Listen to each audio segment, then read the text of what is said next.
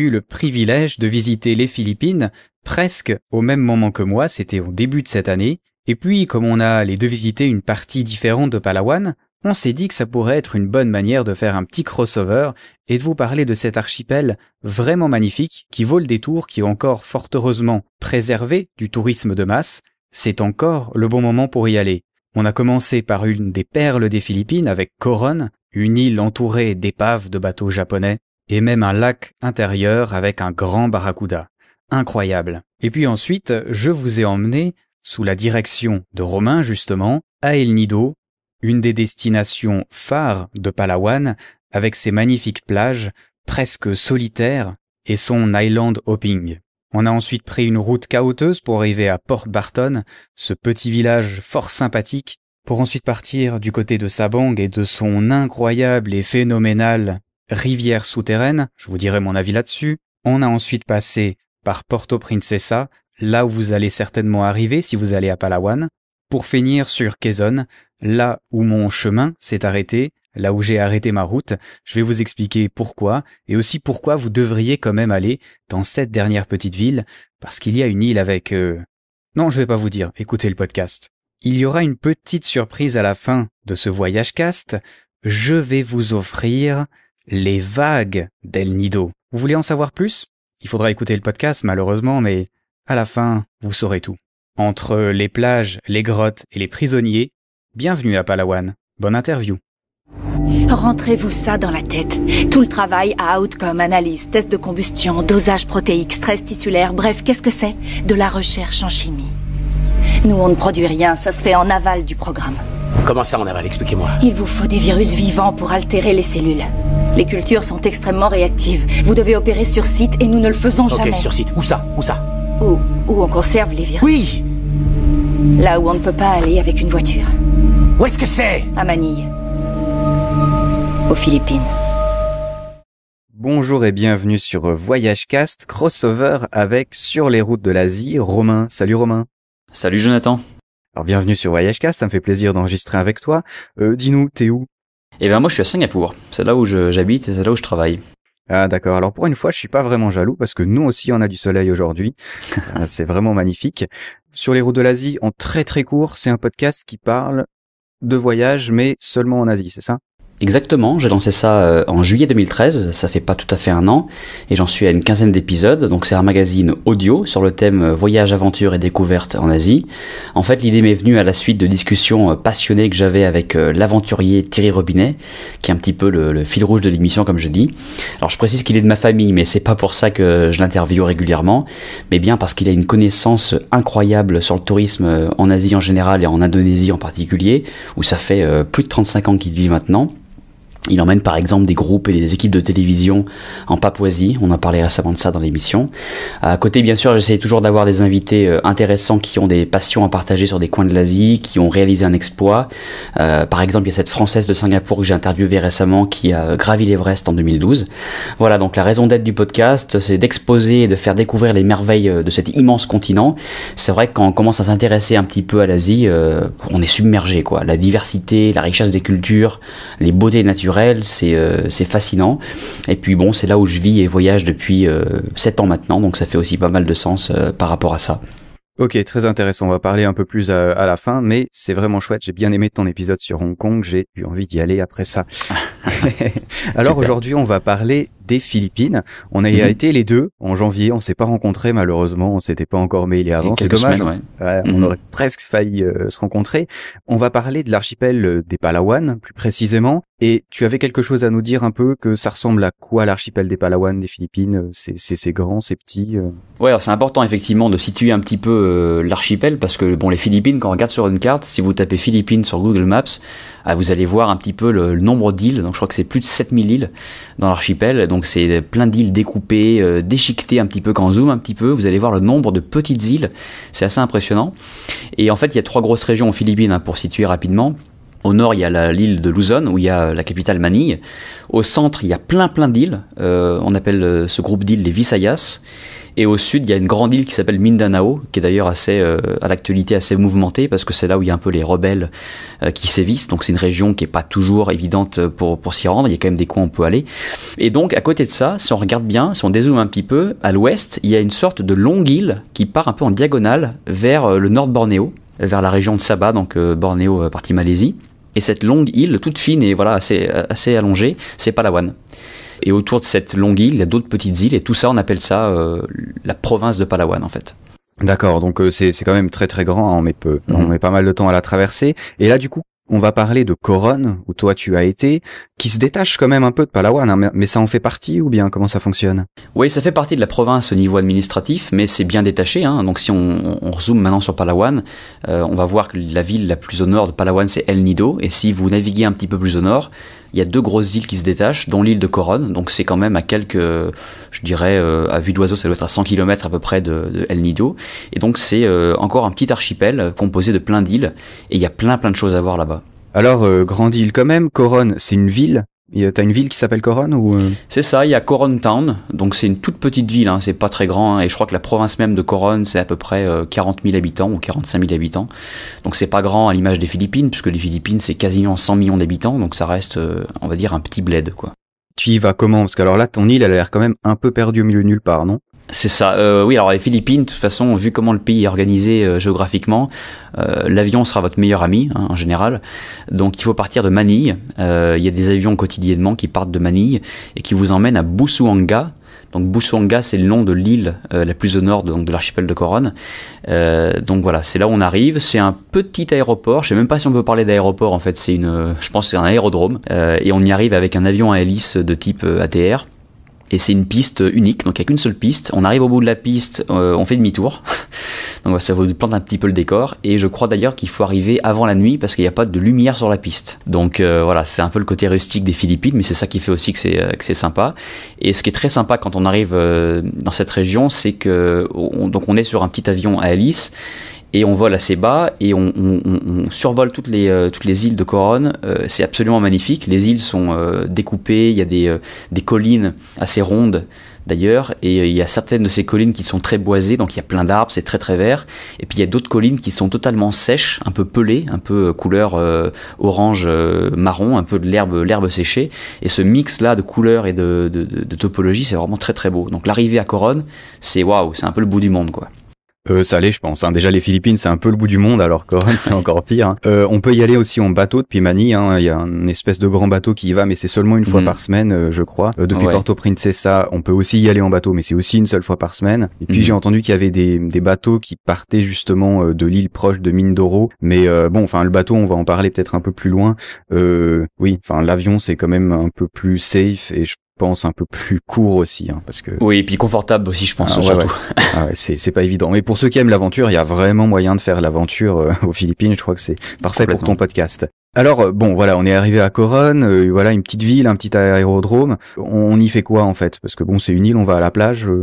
Alors, il n'y a pas de plage à Coron. Ça, c'est la première chose à dire. N'allez pas à Coron pour vous mettre sur une plage de sable blanc. Il n'y en a pas. Ou alors, il y en a dans des îles qui sont un peu loin de Coron. Il faut prendre un bateau, naviguer 2 heures. Il y a des petites plages, on va dire. Mais l'essentiel de Coron, c'est en fait des formations rocheuses calcaires. Et entre ces formations rocheuses, il y a plein de lagons, il y a plein de petits lacs. Et il y a plein de coins pour faire du snorkeling, donc masque tuba, ou de la plongée. Donc, il y a 2 principales activités à Coron. C'est ce qu'on appelle en anglais le island hopping. J'ai pas trouvé d'équivalent français d'ailleurs, c'est bizarre, mais bon. Non, il y en a pas. Il y en a pas. Voilà, donc c'est en fait le principe de prendre un bateau à la journée et de se balader d'île en île. Voilà, donc tu vas sur une première île, tu restes une demi-heure. Après, tu vas sur une deuxième île, tu vas voir un petit lac. Et puis voilà, tu sautes d'île en île comme ça. Donc c'est le island hopping. Donc ça, c'est très sympa. Tu peux facilement en faire pendant une grosse journée, voire 2 jours, voire 3 jours, hein, parce qu'il y a de quoi faire. Et puis la deuxième activité phare du lieu, c'est la plongée. Puisqu'en fait, cette partie des Philippines a une histoire avec la Seconde Guerre mondiale, puisqu'il y avait toute une flotte de navires ravitailleurs et de petites canonnières qui étaient cachées entre ces îles, de navires japonais. Et je crois que c'est en une seule journée, c'est exactement la date, je crois que c'est en septembre 1944, si je ne me trompe pas, où les avions alliés américains ont repéré donc toute cette flotte japonaise qui était cachée, et ils ont bombardé toute la région en 40 minutes, c'était très rapide, et tout a coulé. Donc il y a environ 35-40 épaves qui sont réparties dans la région, et la plupart de ces épaves, tu peux y aller en plongée, puisqu'elles sont à entre 10 et 20 ou 30 mètres de profondeur, donc c'est vraiment pas profond. Certaines d'ailleurs, tu peux les voir en snorkeling, donc tu nages et à 3 mètres en dessous de toi, tu as la proue du bateau, donc ça c'est assez impressionnant. Et voilà, donc c'est un paradis pour les plongeurs qui sont passionnés par l'histoire et par simplement le fait de plonger pour aller visiter des épaves. Ouais, ça c'est intéressant le fait d'y aller en snorkeling, parce que d'habitude, pour ceux qui connaissent un peu la plongée, les épaves c'est vraiment très profond, c'est des plongées qui sont de toute façon techniques, surtout quand on rentre dans le bateau. C'est pas forcément pour tout le monde, faut quand même apprendre un minimum. Mais ça c'est vraiment un des high points de Coron. Ouais. Du coup c'est parce que les Philippines, voilà, on a vraiment l'idée que c'est pas forcément organisé comme chez nous. Comme chez nous, je parle en Suisse. À Singapour, je connais pas. Est-ce que c'est facile, justement, d'aller plonger? Est-ce que c'est safe? Est-ce que t'as des bons clubs? Ou est-ce que c'est un peu craignos comme ça? Quand j'y suis allé, donc c'était il y a quelques semaines, malheureusement, je n'ai pas plongé pour 2 raisons. C'est qu'on n'est pas resté assez longtemps. Il y a cette contrainte de pas plonger 18 heures avant de prendre l'avion. Donc ça m'a empêché de le faire. Et il y avait aussi le fait qu'il y avait une mauvaise visibilité, même très mauvaise visibilité, suite au typhon qui a frappé le pays il y a quelques mois. On en reparlera, je pense. Et ce qui fait que les eaux étaient assez troubles, chargées de particules. Et du coup, même en snorkeling, malheureusement, il n'y avait pas une visibilité dingue. Alors en plongée avec moins de lumière, en profondeur, je pense que ça ne devait pas être terrible. Donc j'ai pas plongé, mais cela dit, je me suis un petit peu renseigné. Oui, il y a des centres de plongée qui ont pignon sur rue. Il doit y avoir un peu de tout, on est aux Philippines, donc il y a peut-être des centres de plongée qui se disent PADI certified, mais qui en fait, c'est des petits gars comme ça qui vous emmènent. Je recommande pas forcément de le faire, mais il y a 1 ou 2 centres réputés sur Coron Town, et là il y aura donc des instructeurs qualifiés, et puis aussi des instructeurs étrangers, donc il y aura pas de souci. Donc oui, on peut plonger en très bonnes conditions. Bah intéressant, ouais, c'est vrai. Faut pas hésiter à demander. Je crois que sur le site internet justement de PADI et tout ça, on peut voir qui est certifié ou pas. Donc exactement. Il y a moyen de justement pas faire des trucs dangereux. Ça serait pas très intelligent. Alors ok, il y a pas de plage. On va faire de la plongée. On va faire un peu de island hopping. Il y a d'autres choses un peu. Est-ce qu'il y a des trucs un peu culturels? Je sais pas, des temples ou. Non, rien en fait. Coron Town, c'est une ville qui est pas très intéressante. C'est une ville qui a été créée clairement pour tous les gens se rassemblent ici, on va dire, c'est là le poumon de la région, mais c'est pas, comme il y a peu de gens et que c'est loin, il y a pas beaucoup de choses à faire, quoi. Donc Coron Town, c'est un point de passage pour partir en bateau. Il y a une chose qu'on peut faire, c'est aller sur une colline qui est à Coron Town, qui vous permet, donc je crois qu'il y a des escaliers pour monter, et ça vous permet d'avoir une vue magnifique sur toutes les îles autour. Mais pas vraiment de temple, pas vraiment de culture. C'est vraiment, rester à votre petit resort, et puis partir tôt le matin, prendre un bateau, et aller découvrir les différents lacs, les différents lagons. Si tu veux, je peux t'en parler de quelques-uns, il y en a beaucoup. Moi j'ai entendu parler de Apo Island. Alors j'y suis pas allé. Ah ouais, on m'a dit que c'était bien là-bas, que c'était un des meilleurs points. Mais je sais pas, j'y ai pas été personnellement. D'accord, c'est peut-être un peu plus loin parce qu'en fait, il y a toute une série de choses qu'on peut faire à une demi-heure de bateau, donc très facile. Et puis il y a d'autres îles qui sont vraiment là, il faut de la navigation, il faut partir 2 heures en bateau. Et en général, tu peux pas trop combiner tout ça pour une journée parce que les gars vont te dire, ouais non, c'est trop loin, on va rentrer trop tard, la mer va être agitée. Donc tu peux faire des excursions à la journée plus loin, mais c'est un autre trip, on va dire. Pour ce qui est de ce qui est accessible à une demi-heure ou 1 heure de bateau à partir de Coron Town, il y a plein de choses. Il y a des sites de snorkeling, notamment un qui s'appelle Siete Pecados, qui veut dire, je crois, les 7 îles. Donc c'est 7 petites formations rocheuses. En fait, on dit îles, mais c'est des choses qui font 10 mètres de large ou 5 mètres de large. Et au pied de ces formations rocheuses, tu as plein de poissons. Donc là, c'est très sympa pour le snorkeling. Je crois que c'était le premier ou deuxième truc que j'avais fait. Donc c'est une bonne introduction. Et après, tu as plein de lacs et de lagons. Et tu en as 2 ou 3 qui sont très connus. Donc tu as le premier qui s'appelle le Kayangan Lake, qui est, je crois, l'endroit le plus photographié de Coron. Donc si vous tapez Coron sur Google Images, il y a de grandes chances que vous voyez quelqu'un en haut d'un piton rocheux qui surplombe le Kayangan Lake. très sympa. Et ce lac, il est réputé pour être le plus clean, enfin le plus propre du pays. Pourquoi ? Parce que c'est vrai qu'il a une visibilité impressionnante. Quand tu prends ton masque et que tu regardes donc au fond, la profondeur doit être de peut-être au début 20 mètres, après ça descend bien sûr, mais au début c'est peut-être 20 mètres. Tu vois jusqu'au fond avec une clarté absolue. C'est pas celui où c'est justement un lac qui a un mix entre de l'eau douce et de l'eau de mer? Alors ça, c'est le Barracuda Lake, on va revenir. Ah, pardon, ouais. Voilà, mais c'est très bonne remarque, je vais en parler après. Mais le Kayangan Lake, donc c'est intéressant parce que voilà, c'est une eau très très belle. Il est entouré, donc en fait, il est fermé sur lui-même et il est entouré de pitons rocheux. Et ces pitons rocheux, au niveau de la base, enfin au niveau de l'eau, en fait, ça fait une sorte de creux ça se creuse. Et après, ça recommence sous l'eau. Donc avec un masque et un simple tuba, on peut voir des pitons rocheux sous l'eau. Avec des formations calcaires vraiment cisaillées, coupantes, c'est super super beau. Et si vous prenez un peu votre respiration et que vous partez en apnée à 4-5 mètres, vous allez voir des trucs, c'est magnifique. Peu de poissons dans ces lacs, parce que c'est quand même fermé, mais la clarté de l'eau et le sentiment au bout du monde est vraiment total. Moi quand j'y suis allé, pendant 20 minutes, il n'y avait personne, il n'y avait aucun touriste. Ah, donc je me suis retrouvé, je me suis retrouvé au milieu, j'ai crié, il y avait un écho et tout, c'était vraiment... Voilà, un sentiment de bout du monde qui était superbe. Donc le Kayangan Lake, je pense que c'est incontournable. Et le Barracuda Lake, donc bonne transition, c'est un lac qui est, voilà, comme tu le dis, un mélange d'eau douce et d'eau salée, puisqu'il y a un passage en fait avec la mer, donc l'eau de mer rentre, et il paraît, et ça c'est ce que tous les guides vont vous dire, qu'il y aurait un barracuda dedans, c'est pour ça qu'on l'appelle le Barracuda Lake, et il paraît qu'il y a un barracuda immense de 1 mètre de long. Et alors, tu l'as vu? Je l'ai pas vu. Oh. Parce que le lac est grand quand même, hein, et c'est quand même assez grand. C'est un peu comme Loch Ness en fait. C'est un peu ça, ouais. Tu peux pas nager jusqu'au bout du lac. Enfin, tu pourrais, mais ça serait assez crevant. Par contre, il y a du diving qui se fait dedans. Donc, il y a des gens qui vont plonger dans le lac. Et c'est là où des gens m'ont dit, oui, il y a un barracuda. On l'a vu l'autre jour. Bon, c'était des Philippins qui m'ont dit ça. Donc, est-ce qu'ils me faisaient marcher? Ou est-ce que vraiment ils l'ont vu? J'en sais rien. Non, mais on les croit. On les croit. Mais c'est la légende qui entoure le lac. Donc, le Barracuda Lake, très sympa.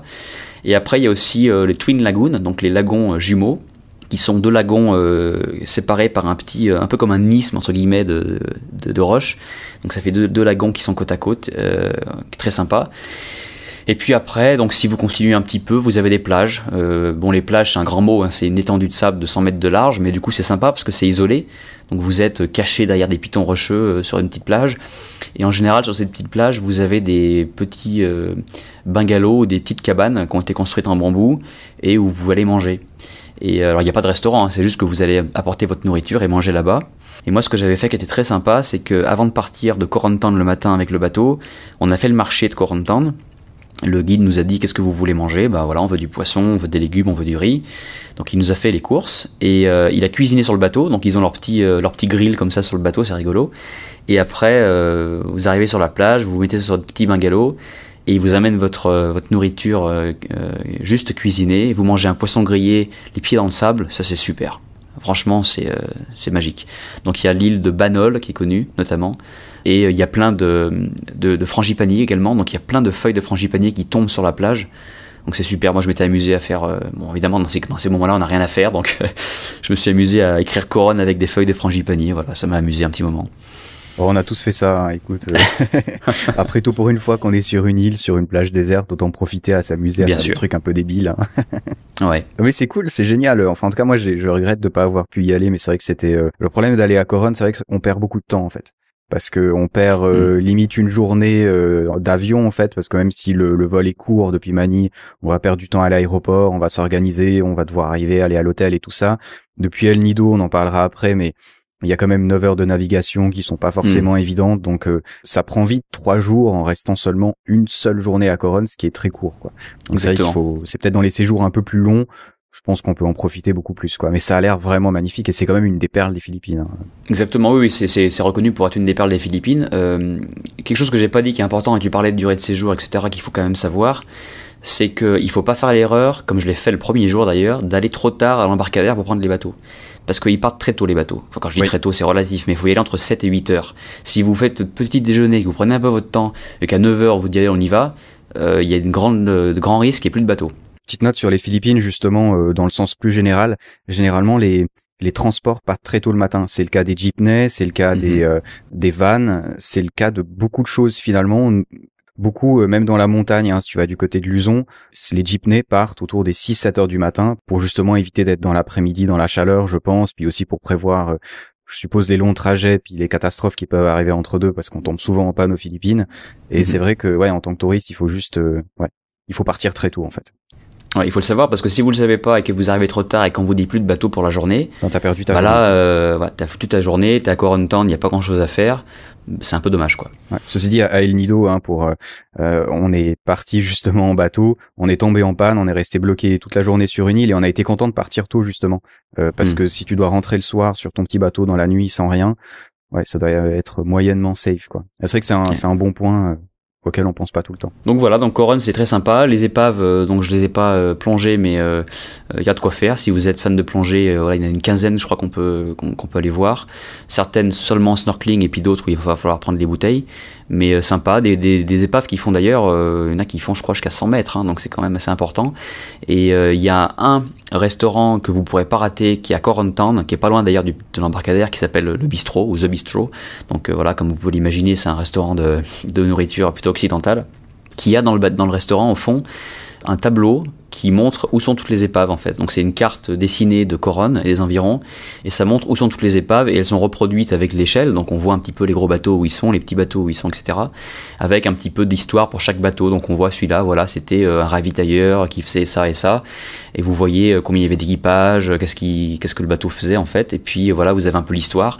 Et c'est marrant parce qu'évidemment c'est des bateaux japonais, donc ils ont des noms sympathiques, l'Okikawa Maru, le Kogyo Maru, l'Akitsushima. Voilà, donc c'est un peu exotique, tout simplement. Ouais, ben ça donne envie en tout cas d'aller y faire un tour. Vraiment, vraiment chouette. Ouais. Ok, ben du coup si on n'a pas d'autre chose à dire sur Coron, je te propose qu'on file sur Palawan, où là je vais parler un petit peu plus, vu que toi tu as pas mis les pieds et que moi j'y étais.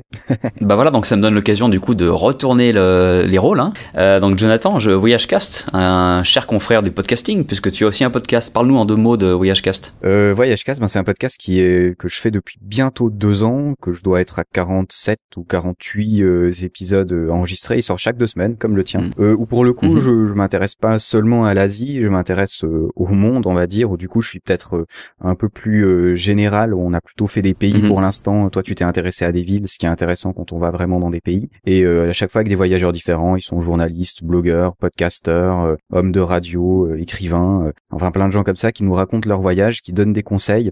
On donne comme toi, on donne pas de conseils ni d'hôtel, ni vraiment de restaurant. C'est vraiment dans un sens général. Qu'est-ce qu'il y a à faire dans un pays, comment sont les gens, qu'est-ce qu'on y mange, qu'est-ce qu'il y a à faire. Puis après, il y a des thèmes qui sont un peu plus spécifiques. Par exemple, voyager en famille, voyager en autostop, ou un petit peu de philosophie de voyage aussi de temps à autre. Vraiment, le voyage dans le sens large. L'idée, c'est vraiment, t'écoutes VoyageCast, tu fermes les yeux et pendant 1h30, ça te permet de t'évacuer un peu du monde autour de toi, voyager en audio, quoi. Enfin, on a le même concept finalement. Hein. Bon. Ouais, je confirme. Et puis, comme je suis auditeur, je valide tout ce que tu dis sur VoyageCast. Un très bon podcast. On essaye. Bon, bah, c'est super. Alors, toi, tu es parti aux Philippines il y a pas très longtemps, je crois, il y a quelques mois, non? Bah, justement, j'y étais depuis mi-décembre jusqu'à mi-janvier. J'ai fait 1 mois là-bas, à peu près, dont 2 semaines et demie, 2 semaines et demie sur Palawan, et puis après j'ai été sur Luzon où j'ai été voir les rizières en terrasse, dont j'essaierai de parler aussi dans un prochain podcast parce que c'est hyper intéressant. Mais vraiment je suis resté 2 semaines et demie à peu près sur Palawan. Ouais. Donc ça veut dire qu'il y a beaucoup de choses à voir, parce que 2 semaines et demie sur cette île qui paraît petite de loin, mais qu'en zoom elle est quand même très allongée, j'imagine que t'as dû en faire des choses. Oui, puis moi j'étais pas dans le stress. Le problème que beaucoup de gens ont aux Philippines, je trouve, des touristes, je veux dire, c'est que ils vont à Manille, ils passent à Cebu, ils passent de ville en ville en faisant 1 jour à chaque endroit. Et franchement, c'est pas du tout mon style de voyage et c'est pas non plus, je pense, qu'il y a préconisé, quoi. Je me dis autant rester sur Palawan. Et vraiment profiter, j'ai passé 3-4 jours au même endroit, et du coup c'est marrant parce que tu vois beaucoup plus la vie, tu vois beaucoup plus les gens, tu peux prendre beaucoup plus le temps en fait, au lieu de faire simplement les highlights d'un endroit, tu vas aussi faire d'autres trucs qui sont tout aussi intéressants et tout aussi rigolos, quoi. Et après bon, tu connais la serveuse du restaurant et tout. Je trouve que c'est beaucoup plus humain de voyager un peu plus lentement, quoi. Et c'est aussi beaucoup moins éprouvant parce que je pense que beaucoup de voyageurs oublient que des trajets de 6-7 heures en van, ça te casse vraiment quand même. Le jour d'après, t'es content si tu peux aller te poser sur la plage et pas faire grand chose. Exactement, je suis bien d'accord. Bon, alors on va revivre ensemble ton voyage sur Palawan, donc les 2 semaines et demie que t'as passé là-bas. T'es arrivé par où d'ailleurs ? Alors je suis arrivé par Porto Princesa parce que c'est le plus simple. Alors au début je voulais y aller en bateau justement, puis je me suis un peu brouté parce que le problème c'est que aux Philippines ça fonctionne sur le système américain avec les AM et les PM. Je suis pas du tout habitué, donc je me suis trompé de 12 heures en fait. Donc du coup j'ai pris l'avion. Ouais ben voilà, on peut se dire expert du voyage et faire du podcast sur le voyage et faire des grosses conneries, hein. C'est tout à fait autorisé. Et donc du coup j'y étais en avion, ce qui est finalement beaucoup plus simple. Et puis depuis Porto Princesa, on va en parler après, mais qui est vraiment au centre de l'île de Palawan, je suis monté directement au sud en van, ça peut à peu près 6 heures de van pour aller jusqu'à El Nido, qui est justement un des endroits phares un peu de cette île de Palawan. Je te laisse juste reprendre ta dernière phrase, t'as dit je suis monté au sud. Monter au sud, oui effectivement, je suis monté au nord, mais de toute façon ça n'a aucun sens finalement. Si tu veux, non mais comme tu veux, hein, si tu veux la reprendre, reprends-la. Là je vais le garder juste pour rire. Ok, d'accord. Je suis monté au sud. Il y a des mecs qui te font des cartes complètement à l'envers en te disant qu'en fait c'est le vrai sens, tu sais. Donc peut-être en fait je me suis pas trompé. Mais ça arrive souvent de dire totalement le contraire de ce que tu veux dire, quoi. Exactement. Oui, okay. Vas-y enchaîne, mais ça marche. On garde juste pour rire. Ouais, donc El Nido a un joli nom d'ailleurs. Qu'est-ce qu'on peut y faire et y voir à El Nido? Je crois qu'il y a des plages, non? Ouais, alors la plage d'El Nido en elle-même de la ville, hein, c'est une petite ville qui est super sympa parce qu'elle est vraiment encaissée autour de collines calcaires aussi, ça me fait penser à Coron de nouveau. Ouais, c'est vraiment, t'as l'impression qu'il y a une toute petite vallée où t'as 7 îles avec la baie, la plage. T'as une partie village normal, je sais pas comment expliquer ça, mais avec des vraies maisons en dur et tout ça. Et puis t'as une autre partie qui est vraiment la partie village pêcheur, où t'as, on va dire que c'est beaucoup plus humble comme façon de vivre, avec vraisemblablement pas vraiment d'électricité, avec des vrais gens entre guillemets, comme on peut les appeler en tant que voyageurs. Donc c'est vraiment intéressant à voir ces deux parties de village en fait. T'as toute la plage qui est prise en grande partie par des hôtels et des restaurants, hein. Des voyageurs qui ont été, ils disent c'est un peu la Thaïlande d'il y a 15 ans, tu vois. Le moment où c'est plus vraiment un village, mais c'est pas encore à fond le tourisme comme tu peux le voir à Pattaya en Thaïlande, tu vois. C'est un peu entre les deux. Donc je pense que c'est un moment intéressant à y aller à El Nido pour l'instant. Dans 5 ans, je sais pas vraiment à quoi ça va ressembler. Ce qu'il faut savoir, c'est que la route pour aller à El Nido, justement depuis Porto Princesa, est un peu compliquée, surtout sur la fin. Ça vient un chemin de terre, c'est plus du goudron. Et ils sont en train de finir cette route-là. Et paraît-il, quand cette route-là sera finie, il y aura beaucoup plus de voyageurs qui iront, donc ça perdra peut-être un peu ce charme que ça a encore un petit peu, quoi. Ouais, donc il faut clairement y aller maintenant, ça c'est sûr. Ouais, je pense. Et moi, à El Nido, j'y suis jamais allé, mais j'ai toujours entendu dire qu'il y avait une plage magnifique, assez longue, je crois de plusieurs kilomètres. T'en as deux et les deux sont super sympas. Il y en a une qui est vraiment facile à y aller. Tu fais à peu près un quart d'heure de tricycle moto pour y aller. Ça s'appelle Las Cabañas, si je le prononce bien, hein, je sais pas, je l'ai jamais vu écrit. C'est une plage assez longue. L'intérêt justement, c'est qu'il y a pas encore d'hôtels qui sont construits. T'as un ou deux bars, un ou deux bungalows, tu vois, mais c'est vraiment encore très sauvage. T'as vraiment très peu de gens et c'est génial parce que c'est vraiment positionné parfaitement pour avoir le coucher de soleil. Et c'est magnifique parce que si tu veux c'est pas comme je sais pas, par exemple pour prendre une plage en Italie, hein, que tout le monde a dans l'idée, t'as la plage super longue, super droite et puis devant toi t'as juste l'océan. Là la plage elle est déjà beaucoup plus découpée et tu as des espèces de petites îles mais qui sont vraiment tout en rocher. Et ça c'est vraiment à El Nido, et quand tu fais du island hopping aussi, c'est vraiment des îles où t'as des grands rochers qui sortent de l'océan et t'as au milieu en fait une petite crique avec une plage qui peut faire 20-30 mètres de long, et ensuite tout le reste tu peux pas grimper sur l'île en fait. Donc ça fait vraiment ces gros blocs et c'est incroyable quoi. Ça fait vraiment un peu science-fiction comme ça. Enfin moi j'aime bien la science-fiction, donc c'est pour ça. C'est vraiment magnifique, ça donne un caractère très spécial quoi. Maintenant je verrais l'océan sans rien, je me dirais mais il me manque quelque chose, tu vois. Cette plage là est vraiment superbe. Tu peux y aller facilement, ça coûte pas cher et comme j'ai dit il y a pas beaucoup de monde. Puis il y a une autre plage qui s'appelle Napgan Beach. Celle-là, il faut vraiment prendre un peu plus de temps, mais tu peux le faire à la journée aussi très facilement. Donc, où tu prends un tricycle, ça va te coûter un petit peu cher, ça va te prendre à peu près 1 heure pour y aller, la route est très chaotique, je conseillerais pas.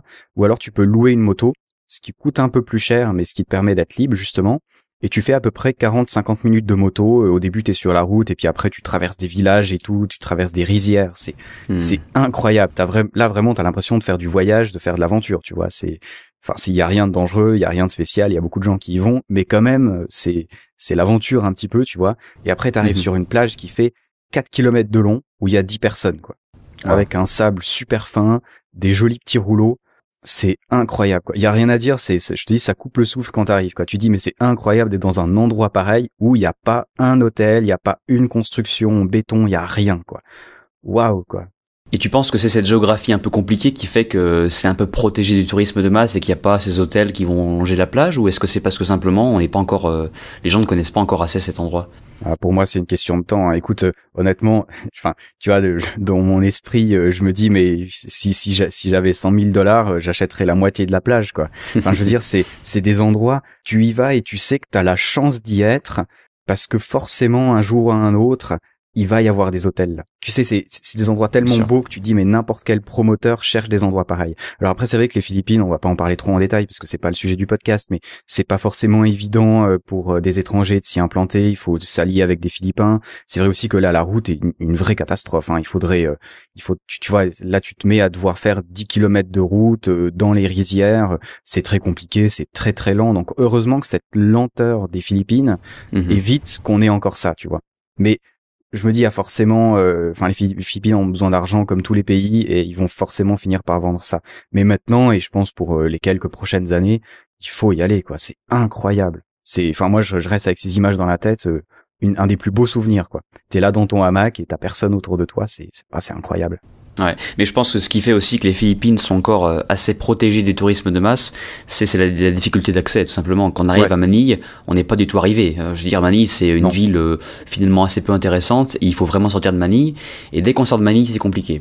Soit il faut prendre des avions, soit il faut prendre des bus sur 10-15 heures, et l'avion encore, en général, c'est pas terminé, comme tu le dis. Après, il faut faire encore de la route, sur des routes chaotiques, etc. Donc je pense quelque part, comme tu le dis, c'est le moment d'y aller, mais et je pense aussi, comme tu le dis, que le développement va se faire, peut-être pas très très vite, donc on a encore de la chance de pouvoir découvrir des coins comme ça, et clairement ce genre de plage dont tu as parlé, aller découvrir une plage comme ça en moto, c'est fabuleux, parce que la moto c'est la liberté en Asie de toute façon. N'importe où tu vas en Asie, dès que t'as une moto entre les mains, t'es libre, quoi.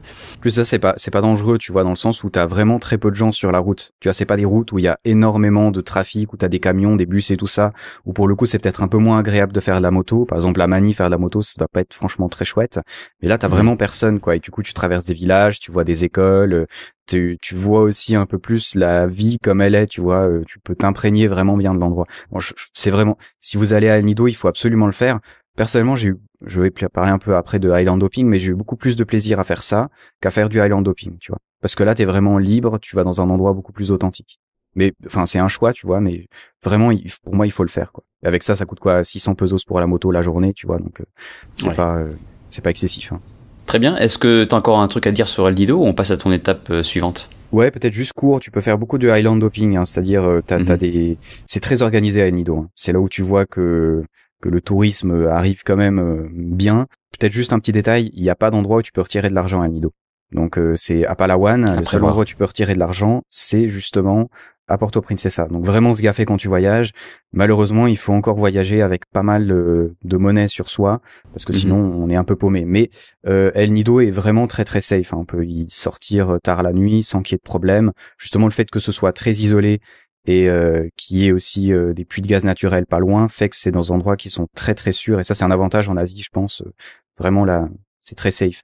Donc tu peux faire du Island Hopping, c'est des tours, hein, t'as le tour A, B, C, D, hein, c'est pas très enfin je trouve que c'est pas très vendeur, mais voilà, où tu vas visiter 3-4 îles. Je dirais quand même privilégier les endroits, les agences qui ont des bateaux qui sont plutôt grands, parce qu'ils vont être plus rapides, et donc du coup tu vas perdre moins de temps, et ils vont aussi beaucoup moins bouger. Nous on s'est retrouvé sur un petit bateau rikiki qui avançait pas, on est tombé en panne et tout. Alors bon, c'est rigolo, mais finalement on n'a pas vu vraiment beaucoup d'îles on a perdu un peu une journée, tu vois.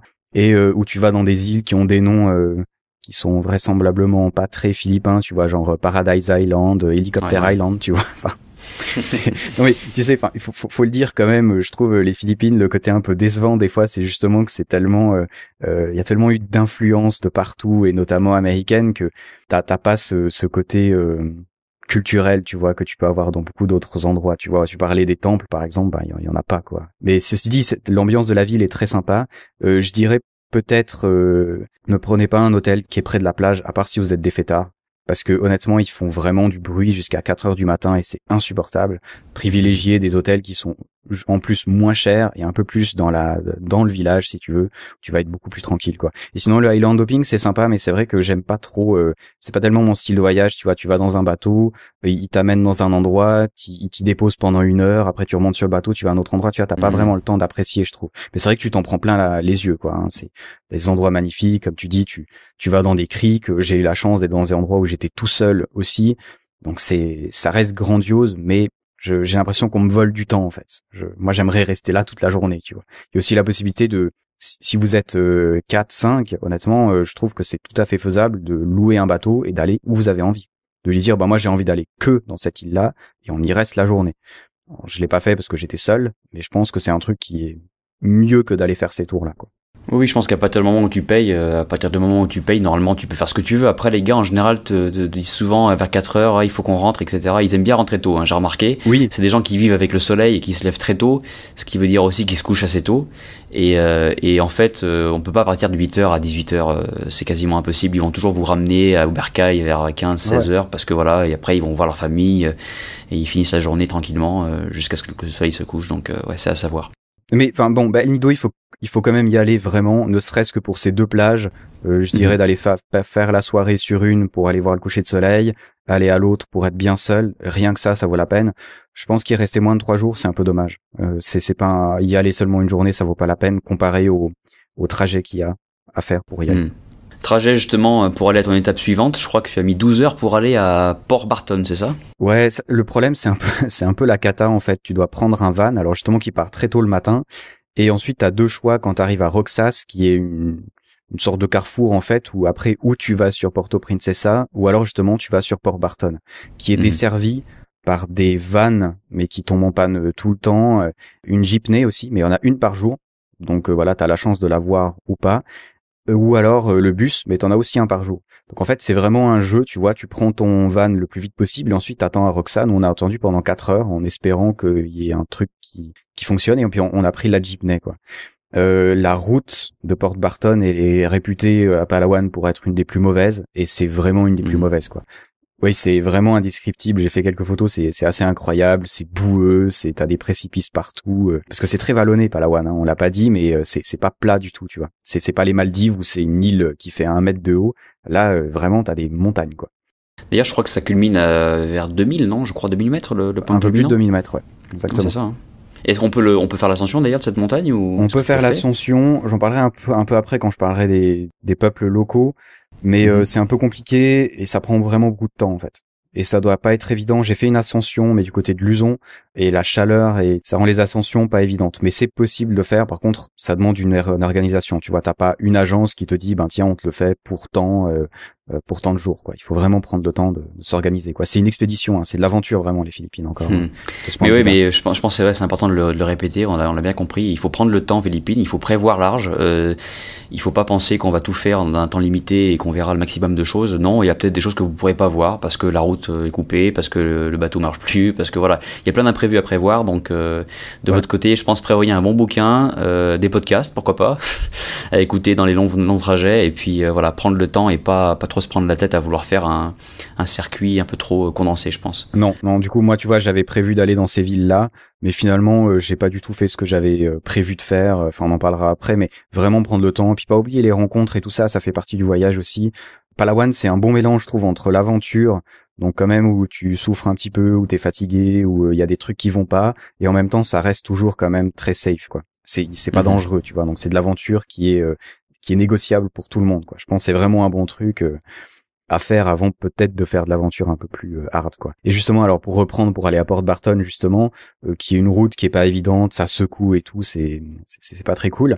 T'arrives à Port Barton qui est finalement un petit village, mais vraiment petit, hein, où t'as vraiment des villages de pêcheurs. T'as un espèce d'office du tourisme un peu bizarre, mais globalement c'est pour que toi t'ailles pas négocier avec les pêcheurs pour leur louer leur bateau, tu dois passer par eux, quoi. Voilà. Alors ils disent que c'est pour la sécurité et tout, il doit y avoir une question de prix aussi, mais bon, enfin, de toute façon, vu le prix que ça coûte, je pense pas que c'est très gênant pour nous voyageurs occidentaux. Et de là, ben t'as quelques petits hôtels, mais qui sont pas des grands hôtels, tu vois, c'est plus des maisons où tu peux aller, quoi. T'as quelques petits bungalows. C'est une vie beaucoup plus villageoise que El Nido, tu vois. Donc beaucoup plus tranquille aussi. Moi, j'ai trouvé ça très sympa, quoi. C'est vraiment vivre dans un petit village. C'est une bonne étape pour aller un peu plus au sud. Ouais, moi je trouve que c'est vraiment bien, quoi. C'est vraiment agréable. Et puis de là, bon, tu peux aussi faire du island hopping aussi, qui est un peu moins connu que El Nido, mais enfin c'est toujours la même chose. Hein. T'as des jolies plages, des jolis endroits où aller faire du snorkeling. Tu peux aller aussi voir la mangrove, ce qui est très rigolo en fait, parce que du coup tu prends un petit bateau et puis tu vas sur les fleuves les rivières, je sais pas, rivières plutôt, qui sont dans la forêt. Ben, t'as beaucoup de moustiques, ce qui est pas très cool. Par contre, tu peux voir des serpents, tu peux voir des petits crabes assez marrants, tu peux voir des singes, on a vu des singes, et ça te met dans une ambiance, encore une fois, complètement différente, quoi. Donc ça, c'est vraiment chouette à faire. Ça coûte pas cher en plus. Ouais, en plus j'avais lu quelque part qu'il y avait beaucoup d'espèces endémiques à Palawan. Énormément. Je crois que j'avais noté qu'il y a des amphibiens vraiment qui existent que là-bas, des couleuvres, des geckos, des tortues, des rongeurs, des papillons qui sont vraiment uniques à Palawan. Donc j'imagine que quand tu te balades, bon, tu vois peut-être pas toutes ces espèces endémiques d'un seul coup d'œil, mais tu dois voir quand même pas mal de choses sympathiques. Ouais, et l'ambiance et rien que le son. Ah oui, ça c'est un truc important, petit truc. Alors c'est peut-être parce que j'aime bien l'audio justement. Demandez à votre boatman d'éteindre le moteur. Parce qu'il y a, enfin, tu connais certainement, mais t'as des bruits dans ces forêts-là. C'est incroyable. Des trucs qui craquent, des bruits bizarres. Tu te dis, mais c'est quoi pour un animal qui fait ce bruit-là? Ça te met dans une ambiance terrible, quoi. Ah, moi, j'ai adoré.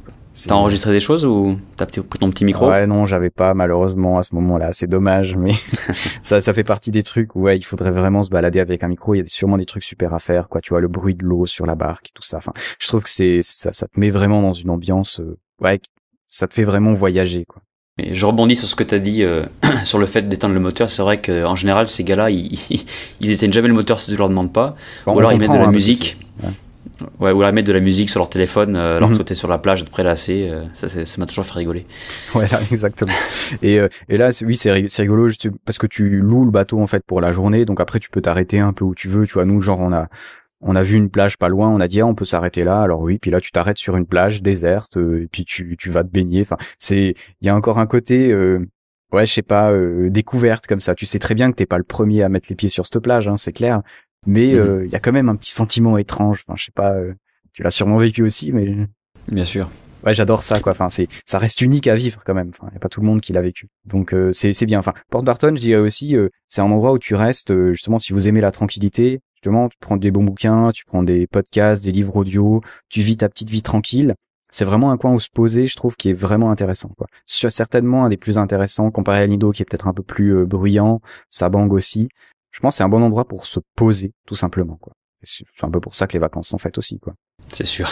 Sabang, donc tu viens juste de le dire, Sabang c'était ta prochaine étape, je crois, dans ton voyage à Palawan. Exactement. Alors Sabang, c'est hyper connu à Palawan parce que c'est là où il y a la rivière souterraine, en fait, qui est vraiment énormément marketée un peu partout à Palawan et où tout le monde va vous dire c'est génial, c'est la 7e ou la 11e ou la 14e merveille du monde, on sait plus trop, hein, il y en a tellement. Bon, je vais être clair, j'y ai été, il y a énormément de monde.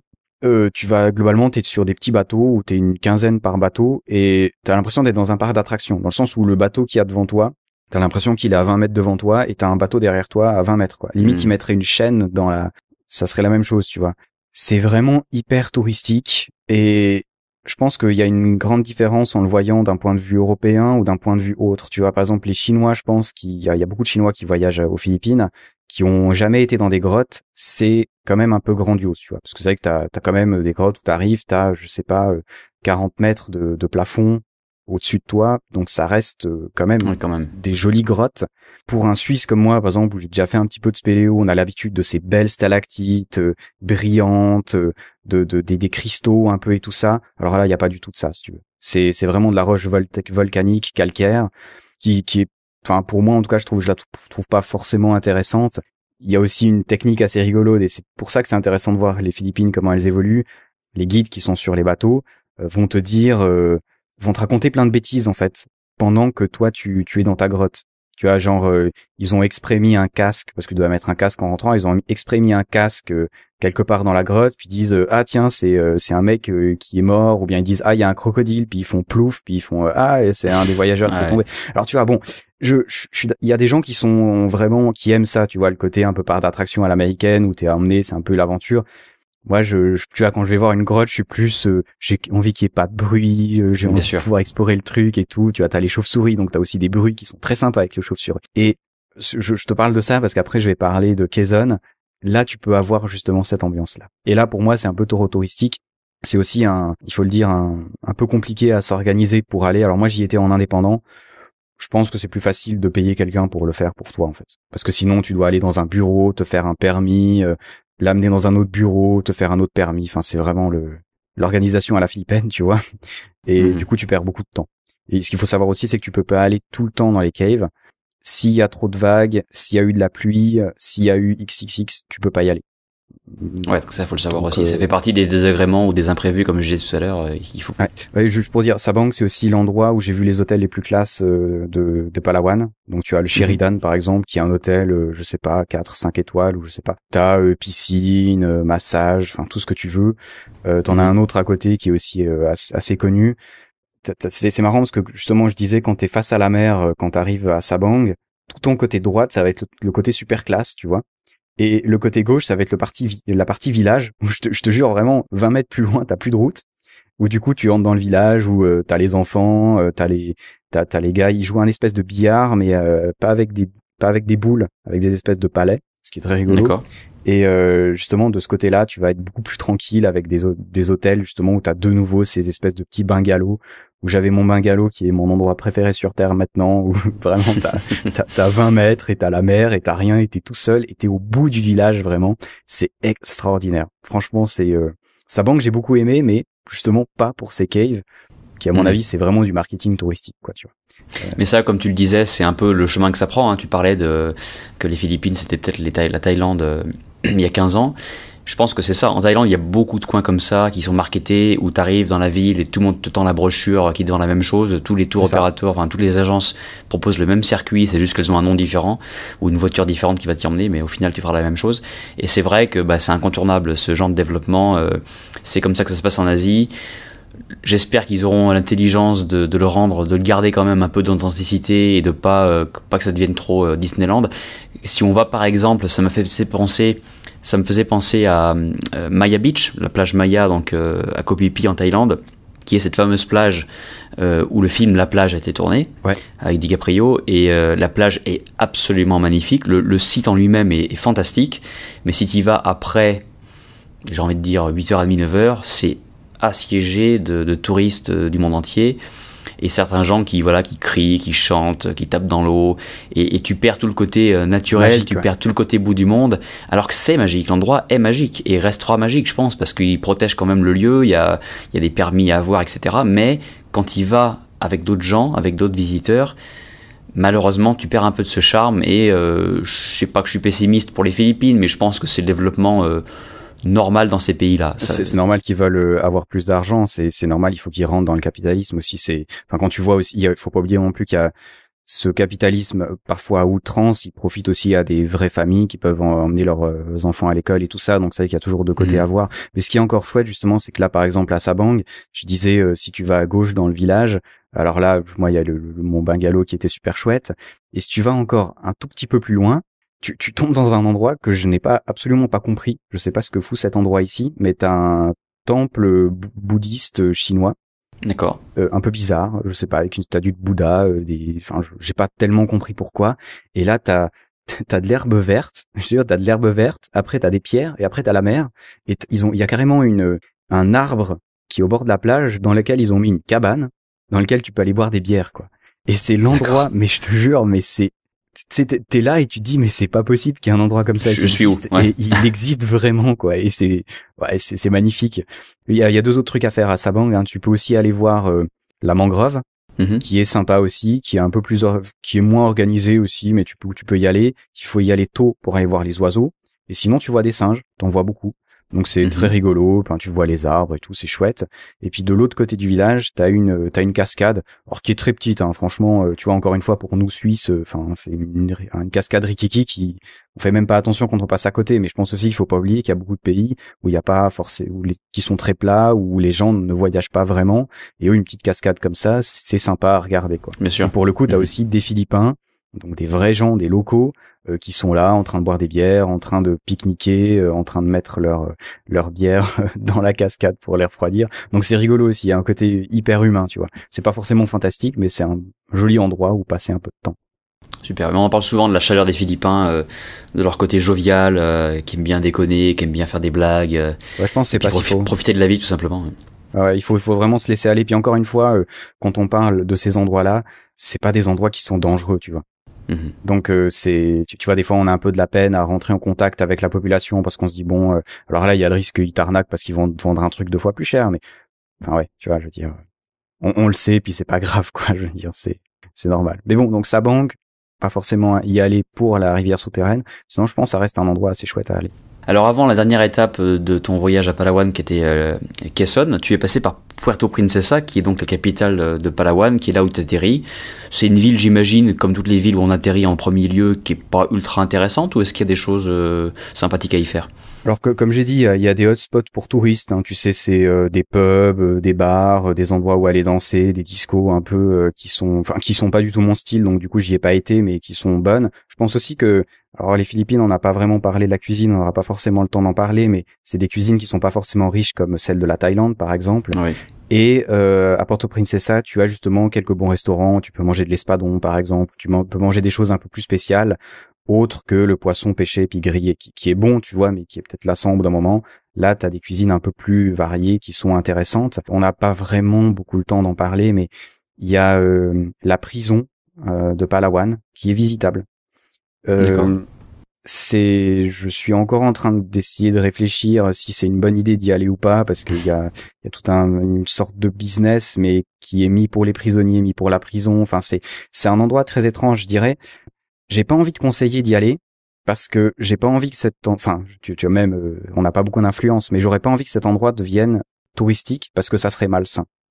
Mais je pense que un voyageur ou quelqu'un qui est intéressé par le côté humain, qui va discuter avec les prisonniers, tu vois, moi par exemple j'ai dîné avec les gardes et 10 minutes après j'étais en train de discuter avec des prisonniers, donc t'es dans des situations qui sont très étranges, je trouve qu'ils sont un peu mind game, tu sais, qui dans ta tête, tu te dis, mais qu'est-ce que je fais là? Est-ce que je fais bien d'être là? Et en même temps, tu discutes avec un gars qui fait 20 ans de prison, donc c'est très étrange. Je trouve que c'est un des endroits les plus étranges que j'ai jamais visité au niveau des relations humaines, où même en sortant et même maintenant après un mois d'analyse, je n'arrive pas à savoir. Enfin, je trouve que j'ai bien fait d'y aller parce qu'au niveau humain, c'était hyper intéressant, mais en même temps, je ne sais pas ce que doit faire le touriste dans cette situation. Je ne sais pas ce que le voyageur doit faire. Donc déjà, faut dire que visiter une prison, c'est quand même assez particulier en soi. Bon, alors attends, je savais même pas qu'on pouvait visiter une prison. Je vais peut-être dire, je vais peut-être mal commencer. Prison, c'est une prison qui fait des milliers d'hectares, où quand tu rentres, tu peux rentrer, tu fais de la moto. Hein. Pour te dire, donner une idée, dans la prison, hein, je me suis perdu en moto, j'ai traversé une rivière et il y avait des moutons sur la route. D'accord. Tu vois un peu le style, quoi. Donc c'est une prison, si tu veux, où t'as un quartier haute sécurité et moyenne sécurité que pour le coup je n'ai pas été visité parce que je trouvais que c'était malsain d'aller voir ça. Mais sinon tu as des prisonniers qui sont en sécurité minimum, qui travaillent dans les rizières, qui ont des élevages de tilapia. Tu as tout un endroit de la prison qui sont une piscine naturelle en fait. Ils appellent ça piscine naturelle, en fait c'est une rivière avec un tout petit barrage et où les gens vont se baigner et où tu as plein de familles qui viennent de Puerto Princesa, qui viennent là pour se baigner, pour faire du barbecue, et tu es dans l'enceinte de la prison. Mais où tu n'es pas fouillé pour rentrer, où tu n'es pas fouillé pour sortir, où qu'il n'y a pas de mur. C'est très étrange et je trouve que, par exemple, pour un anthropologue, c'est d'une richesse incroyable. Le mec, il peut rester habité là toute sa vie, tu vois. C'est hyper intéressant, mais c'est vrai que ça reste une étape un peu spéciale dans le voyage et ouais. Enfin, je sais pas si je m'exprime bien sur le truc. Mais... Oui, je comprends, mais je pense que ça dépend de chacun, effectivement. Voilà, chaque personnalité est différente et chaque voyageur a des attentes différentes. Certains peuvent être curieux, certains peut-être que ça les branchera pas du tout. Mais c'est bien de savoir que ça existe, c'est bien de savoir que tu as tenté l'aventure et que tu t'es retrouvé dans des situations comme ça un petit peu étranges. Et l'aventure, si on se pose des questions sociales, reste intéressante. Il y a aussi un petit le Butterfly Garden qui est très petit, mais il y a des petits papillons, c'est mignon. Et ce qui va me permettre de faire un peu la liaison avec Quezon, où il y a ce qu'ils appellent les primitives ou ils les appellent les True Blood aussi, qui sont donc les vrais habitants des Palawan, parce qu'il faut savoir que les Palawan, comme finalement les Philippines, c'est un peu une construction. Enfin, c'est des peuples qui ont voyagé d'île en île. Là, à Palawan, si tu regardes l'origine des gens, il y en a beaucoup qui viennent de Malaisie quand même. Et donc tu as trois justement True Blood ou primitive. Hein. Primitive, c'est dans le sens pas primitif. Ils ont des os dans les oreilles. Hein. C'est vraiment qu'ils étaient là avant. Quoi. Tu as les Batak, les Tagbanwa et les Tote Batu, je prononce certainement très mal, désolé pour eux, mais où tu as justement 1 ou 2 habitants de ces villages dans ce Butterfly Garden. Là aussi, ça pose beaucoup de questions au niveau du tourisme. Alors on n'est pas vraiment aux eaux humains, mais comme je dis souvent sur VoyageCast, faire une photo avec un gars qui a juste un pagne, je trouve ça toujours très étrange en fait. Ça fait partie du tourisme un peu, tu vois, qui va dans la mauvaise direction pour moi. Ouais, je comprends. Et mais c'est vrai que ces peuplades-là sont très très pauvres, vivent dans les montagnes. Tu parlais des montagnes avant, et notamment un des moyens d'aller dans ces montagnes-là, c'est d'aller dans ces villages primitifs. Et là, c'est quand tu commences à aller au nord de Porto Princesa. Alors moi, j'ai été jusqu'à Quezon. Quezon, c'est une ville où je vous encourage de ne pas lire ni le Lonely Planet, ni le guide du routard, parce que les hôtels qu'il y a dedans n'existent plus, hein. Où le seul hôtel entre guillemets qu'il y a doit s'appeler un truc genre villa magnifique, je sais pas quoi, où en fait voilà, c'est un lit avec des parois un peu étranges. C'est pas du tout touristique. Moi j'étais, je pense, le seul blanc là-bas. T'as un marché, vraiment marché local quoi. C'est très rigolo, mais tu vois que les gens n'ont pas l'habitude de voir beaucoup de touristes. Donc c'est un peu étrange comme sensation. Pour le touriste, faut pas y aller. Pour le voyageur, ça peut être intéressant. Tu as un musée qui s'appelle le Taban Cave Museum, qui est très petit, hein, vraiment, parce qu'il y a une île qui est pas loin de Quezon, justement. Tu vas en bateau, tu fais à peu près, 15-20 minutes de bateau à peu près, où tu as pour le coup des très très grosses grottes, mais où les gens ont vécu il y a des milliers d'années, tu vois. Donc où ils ont trouvé des ossements, où ils ont trouvé des vases. Et là pour le coup c'est très intéressant parce que moi j'y étais vraiment dans toute l'île où il y a les caves. J'étais seul avec mon guide et t'es seul au milieu d'une grotte avec ta lampe de poche, des chauves-souris, puis des bêtes bizarres qui marchent sur le sol. Et là pour le coup tu vois, tu retombes dans ce que j'aime, le côté c'est de l'aventure parce que c'est quand même rigolo, t'es seul dans une grotte monstrueuse avec ton guide, puis en même temps il y a absolument rien qui peut t'arriver, tu vois. Donc je trouve que c'est un assez bon équilibre, tu vois, entre le petit frisson mais pas le grand frisson, tu vois. Ouais. Et pour le coup ça c'est assez chouette à faire, je trouve. Par contre, ce qu'on m'a dit à Quezon, parce que c'est pour le coup le seul truc vraiment touristique de la ville, hein, il n'y a pas vraiment grand chose à voir. Au niveau des plages, on n'est plus du côté de Sabang, Port Barton où il y a des belles plages. Là, il faut prendre le bateau pour aller en voir et c'est pas du tout organisé, hein, il n'y a pas du tout de tourisme là. Et là, les gens m'ont dit par exemple, et c'est le seul endroit où on m'a dit ça en Philippines, quand le soleil se couche, tu rentres dans ton hôtel, tu fermes la porte et tu sors pas. Et D'accord. Alors, il faut le voir de plusieurs côtés. Déjà, ils se méfient beaucoup parce que le moment où j'y étais, 3-4 jours avant, il y avait des policiers qui s'étaient fait taper dessus violemment. Ils ont dû aller à l'hôpital par des populations locales. Il y a des sortes de comme rebelles en fait, si j'ai bien compris. Et puis justement, ces populations primitives n'ont pas beaucoup d'argent. Et le problème, c'est qu'il y a beaucoup d'Américains et de Chinois qui vont dans ces régions-là, qui déforestent complètement et qui vont miner, parce qu'il y a des métaux précieux à miner, hein, tout ce qui est nickel, chrome et tout ça, des métaux qui sont très intéressants. Et ils détruisent complètement, ils détruisent des villages, ils chassent des gens d'endroits où ils peuvent chasser, du coup ils diminuent les territoires de chasse. Enfin, il y a tout un problème vraiment dont on peut pas parler dans le podcast parce que je ne connais pas assez pour en parler. Mais il y a des gros problèmes sociétaux là-bas. Et nous, arrivés là, on est blanc, donc on est forcément assimilé à ces gens-là qui se comportent d'une façon détestable. Et tu vois, tu sais jamais comment les gens réagissent. J'aurais voulu aller beaucoup plus au sud justement, et c'est pas forcément possible, c'est pas forcément évident. Et là, Quezon est vraisemblablement l'endroit où tu t'arrêtes, en fait. Je suppose qu'on peut y aller plus loin en tant que voyageur, peut-être un peu plus préparé, ou un journaliste ou quelque chose comme ça. Mais je suppose que c'est dangereux. On dit aussi qu'il y a des musulmans dans le sud et que ça pose aussi problème parce que l'autre côté est chrétien. Je sais pas vraiment si c'est vrai, donc je veux pas m'avancer trop là-dedans, mais bon, bref. Et toi, t'as déjà eu ce genre de situation justement où tu t'arrêtes parce que J'ai pas vraiment été dans des zones à risque, on va dire, ou à la limite de zones à risque, mais le fait est que j'ai été dans pas mal de pays où il y a ces zones-là, et tu le sais. Je pense que bon, il y a toujours le bon sens évidemment à avoir, et puis discuter avec les gens, c'est toujours ce qui est le plus important. Si toi tu sentais pas que c'était possible d'y aller, je pense que c'est parce que c'était pas possible, tout simplement. T'as dû sentir qu'il y avait peut-être un petit malaise là-bas. Ce qui est seulement dommage, c'est que évidemment ces zones qui sont un peu fermées ou qui sont un petit peu restreintes, c'est souvent les plus belles du pays. Je dis ça parce que par exemple en Birmanie, bon, la Birmanie maintenant s'ouvre clairement au tourisme de masse, mais les zones du nord par exemple qui étaient pendant des années interdites aux touristes commencent petit à petit à s'ouvrir, et c'est visiblement extraordinaire. Donc j'imagine que si tu vas plus au sud de Quezon, à Palawan, ce sera peut-être pas forcément mieux que ce que tu as vu au nord, mais certainement qu'il y a des choses très intéressantes. Donc il faut espérer simplement que ces problèmes se résoudent assez rapidement pour qu'on puisse y aller. Mais non, j'ai jamais trop été dans des zones comme ça. Tout simplement parce qu'effectivement il faut garder bon sens, et puis et pas trop faire n'importe quoi quand on est en voyage non plus, et c'est toujours bon à savoir. Je sais qu'à Mindanao, au sud des Philippines, il y a aussi des zones un petit peu à risque. Ça me permet de rebondir sur un épisode que j'avais fait dans mon podcast avec Jean Béliveau, qui est ce Canadien québécois qui avait fait le tour du monde à pied en 11 ans et 2 mois. Voilà, donc il avait traversé l'Asie à pied. J'avais appelé l'épisode de l'Inde au Timor à pied, parce que c'est ce qu'il a fait en à peu près 2 ans. Et il a traversé les Philippines, toutes les Philippines du nord au sud, donc de Luzon à Mindanao, et lui est allé dans la zone à risque de Mindanao, et il explique très bien d'ailleurs dans l'épisode qu'il s'est fait escorter par l'armée. Donc pendant plusieurs jours ou semaines, je sais plus, il y avait des militaires qui l'escortaient.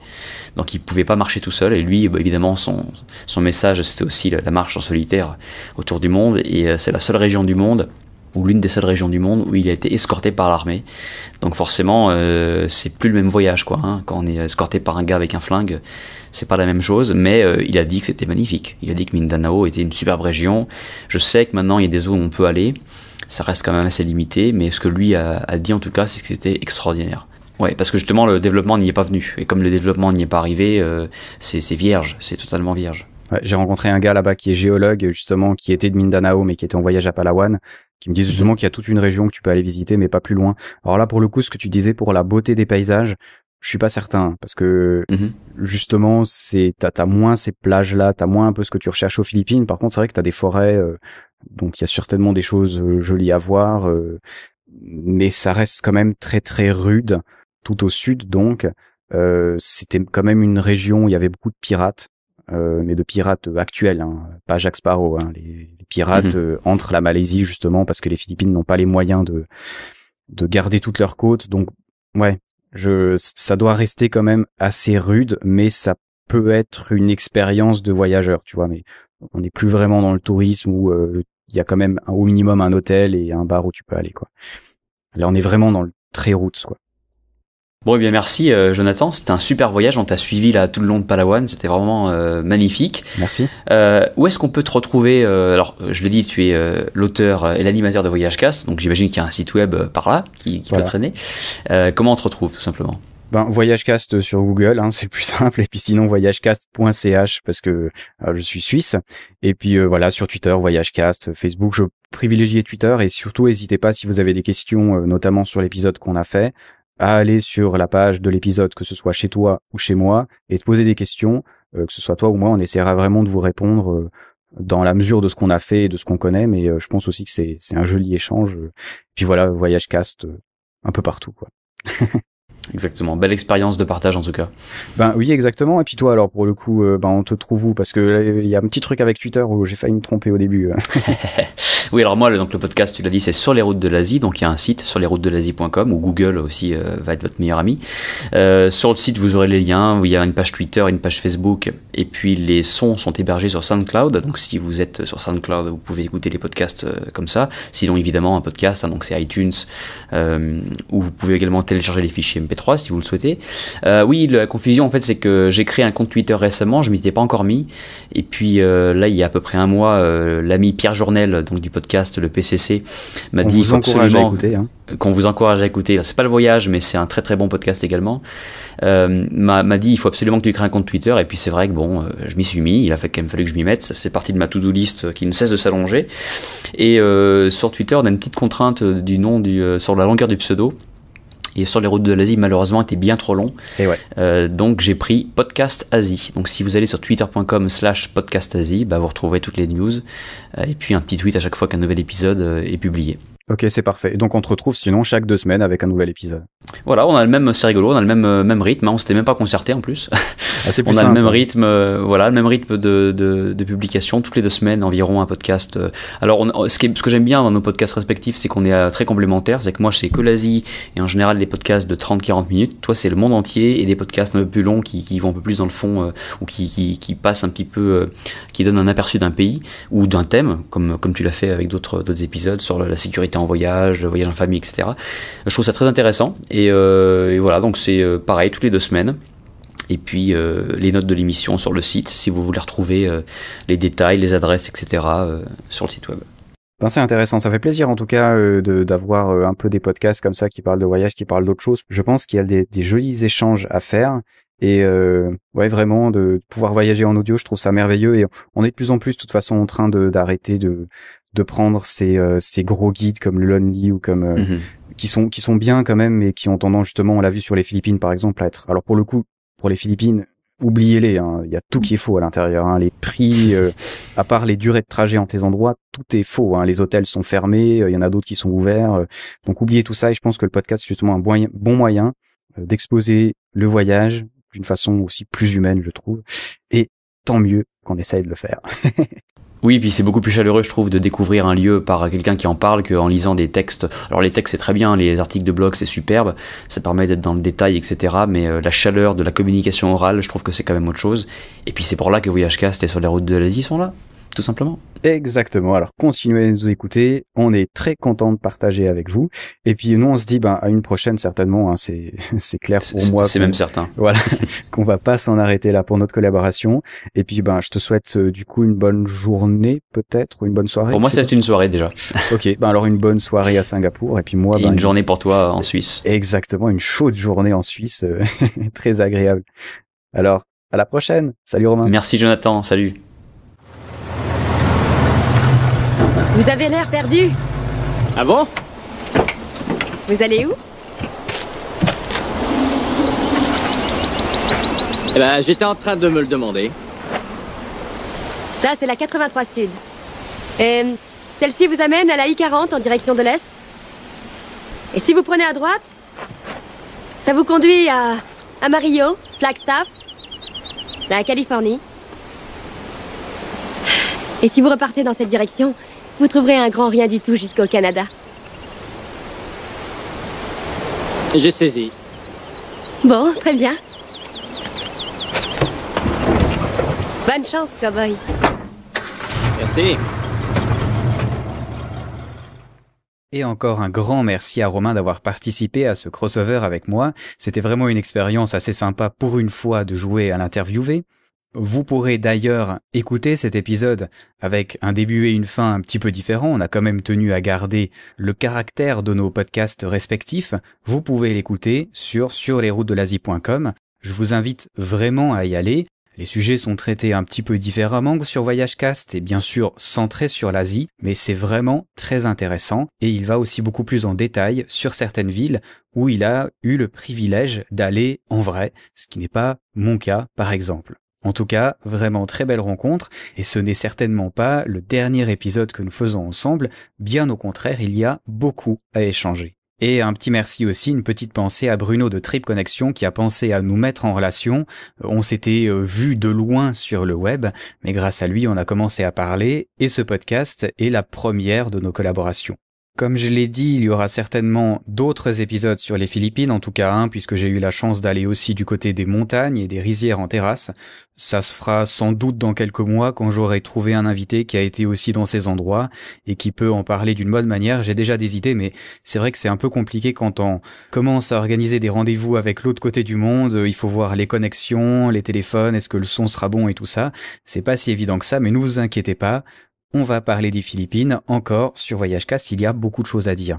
Pour ce qui est des films qui ont été présentés dans cet épisode, eh bien, le premier, c'est Bourne, l'héritage, Vous vous souvenez sans doute qu'il y avait, sauf erreur, ces 3 films, hein, Bourne Identity, Bourne Supremacy, ou je me rappelle plus, qui étaient des films somme toute assez sympathiques. Hein. J'ai bien aimé le premier, après ça avait tendance à se répéter un peu, mais qui a redéfini un peu l'action au cinéma certaines fois, avec cette steadicam qu'on déteste actuellement tous dans les films d'action. Vous savez, ce phénomène qu'on avait, la caméra qui bouge énormément pendant l'action pour rendre le truc réaliste, qui a quand même tendance à vous faire vomir quand vous regardez ça au cinéma. Bon bref, c'était quand même innovant à l'époque et c'est pas mal, même si certains réalisateurs devraient sortir un peu de ce truc-là et essayer d'autres systèmes, hein. La caméra qui est stable, c'est sympa aussi de temps en temps. Bourne, l'héritage, que je n'ai pas du tout aimé comme film. Franchement, il est vraiment mauvais, je trouve. Les scènes d'action sont pas terribles, c'est du déjà vu dans tous les autres Bourne. L'histoire est complètement incompréhensible, même si vous avez déjà suivi les autres Bourne. Enfin, je trouve que ça se tient pas et que c'est mauvais, quoi. En fait, il y a rien à dire, c'est mauvais, c'est totalement inintéressant. Il y a des moments dans le film où vraiment aller chercher un paquet de chips, discuter avec celui qui est à côté de vous, ça n'a aucun intérêt. Bref, un film qui n'a aucun intérêt, mais où ils vont effectivement à Manille. Vous verrez pas grand-chose de Manille, hein, il faut être clair, mais bon, bref, c'était à signaler.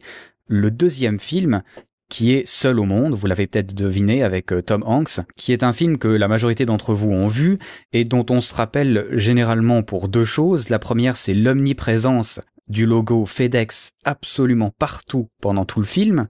Et la deuxième chose, c'est ce ballon appelé Wilson avec qui Tom Hanks a des superbes discussions sur son île déserte. C'est un film, honnêtement, que je trouve extrêmement long pendant le milieu. Le début est assez intéressant jusqu'à l'accident d'avion.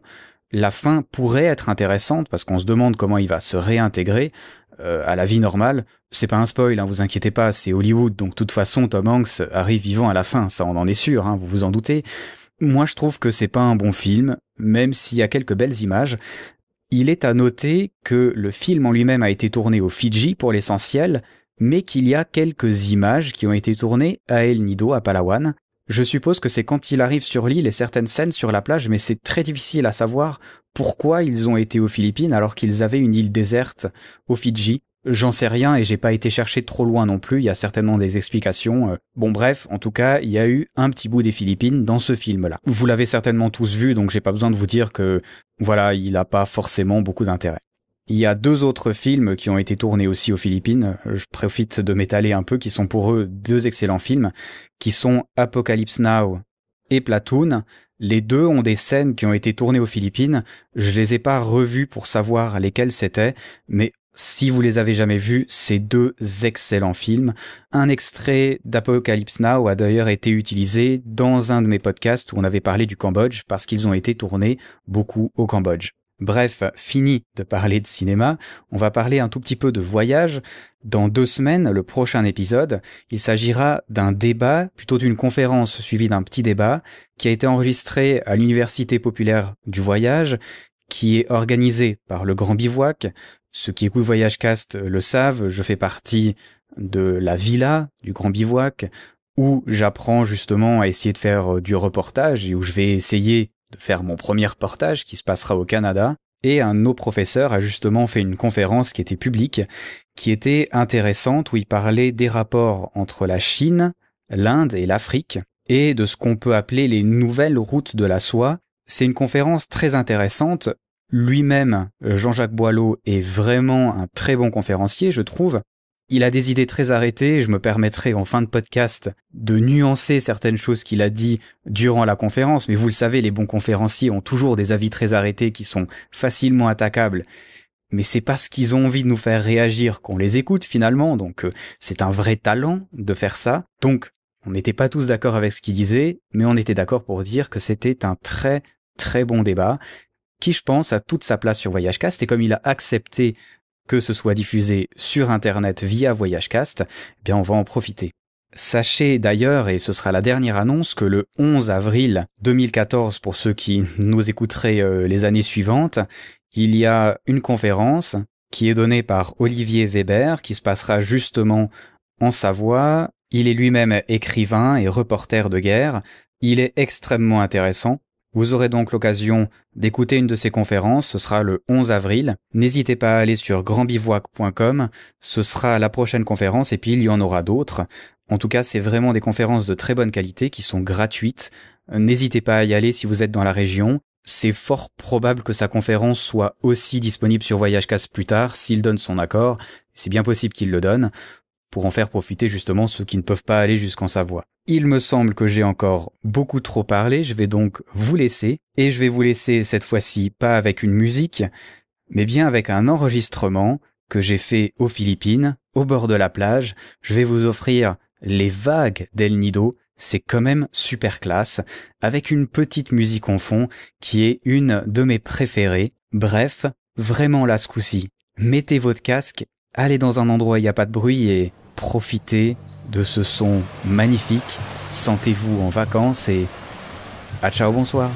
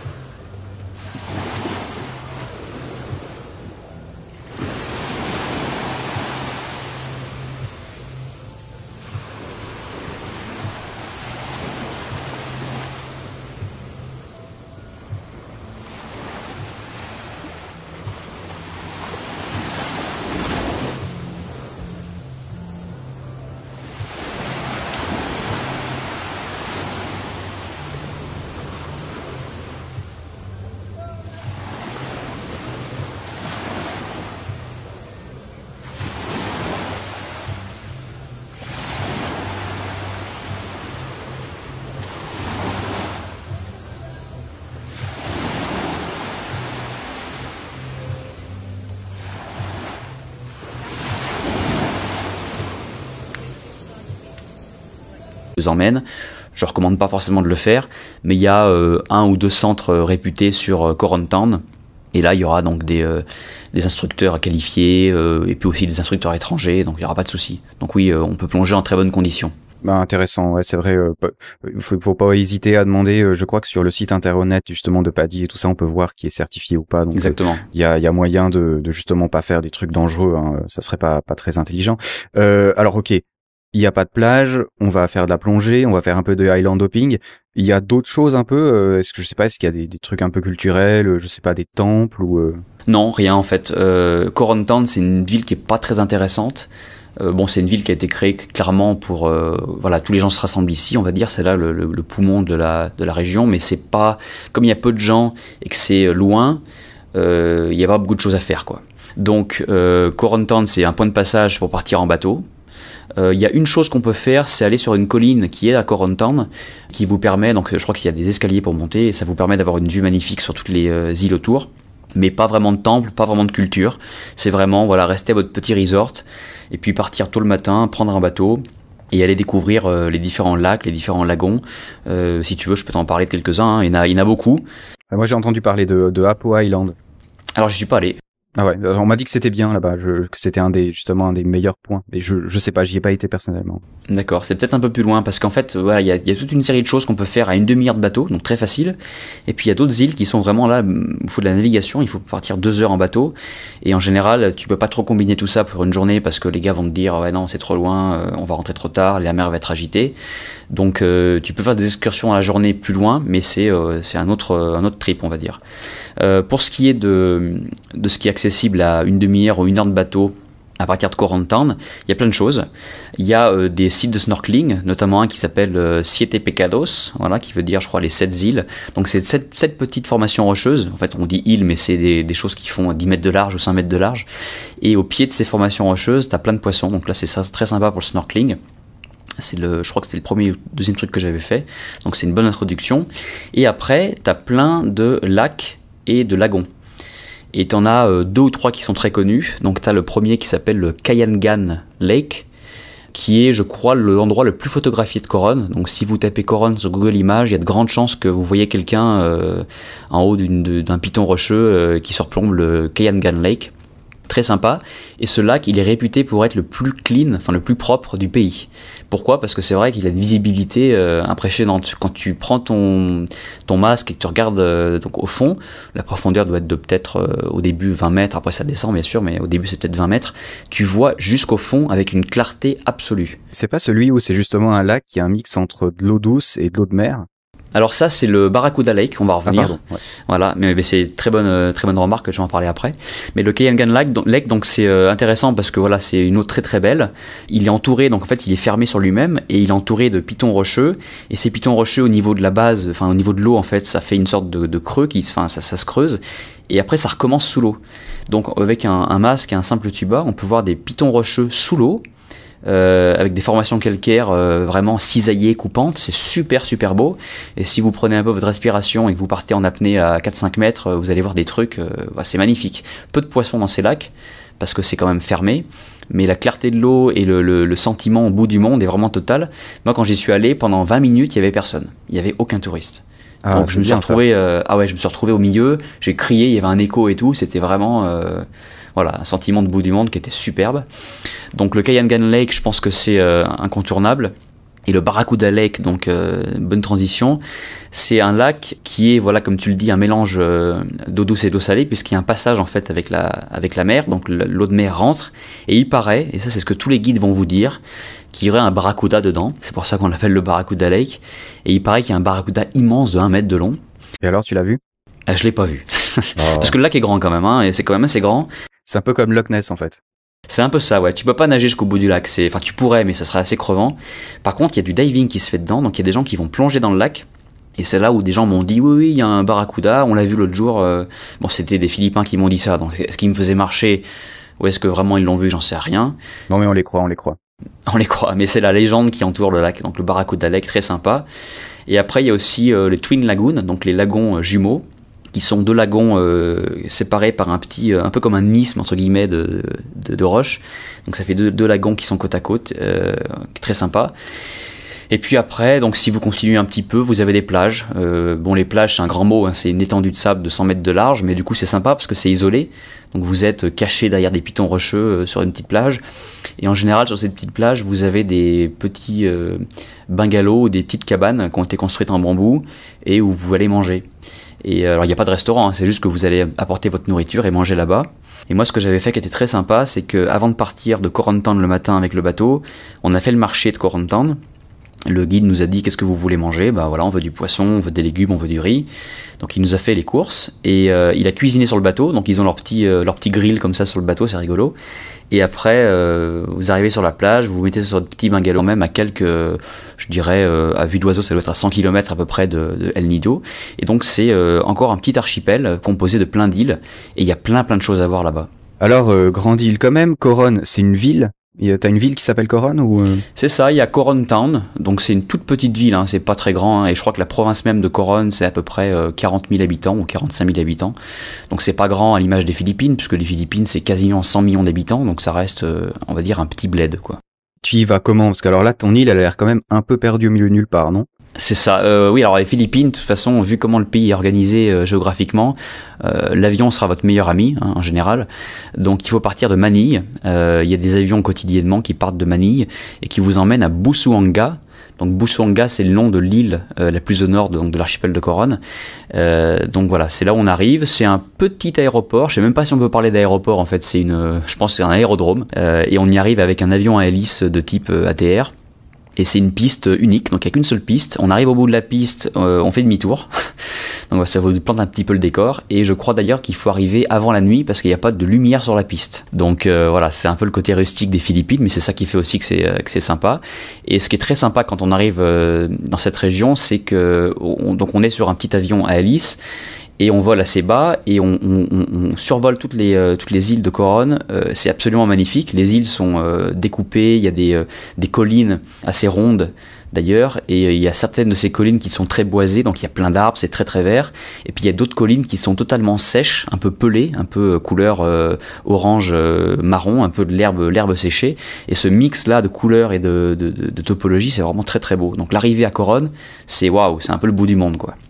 Ça l'est, je pense. Hein. Déjà, les Philippines, c'est un peu le bout du monde, alors Coron, c'est encore pire. Hein. On peut y aller aussi en bateau depuis Manille. Hein. Il y a une espèce de grand bateau qui y va, mais c'est seulement une fois par semaine, je crois. Depuis Porto Princesa, on peut aussi y aller en bateau, mais c'est aussi une seule fois par semaine. Et puis, j'ai entendu qu'il y avait des bateaux qui partaient justement de l'île proche de Mindoro. Mais bon, enfin, le bateau, on va en parler peut-être un peu plus loin. Oui, enfin, l'avion, c'est quand même un peu plus safe et je pense un peu plus court aussi, hein, parce que oui, et puis confortable aussi, je pense, surtout. Ouais. Ah ouais, c'est pas évident. Mais pour ceux qui aiment l'aventure, il y a vraiment moyen de faire l'aventure aux Philippines. Je crois que c'est parfait pour ton podcast. Alors bon, voilà, on est arrivé à Coron, voilà, une petite ville, un petit aérodrome. On y fait quoi en fait? Parce que bon, c'est une île, on va à la plage.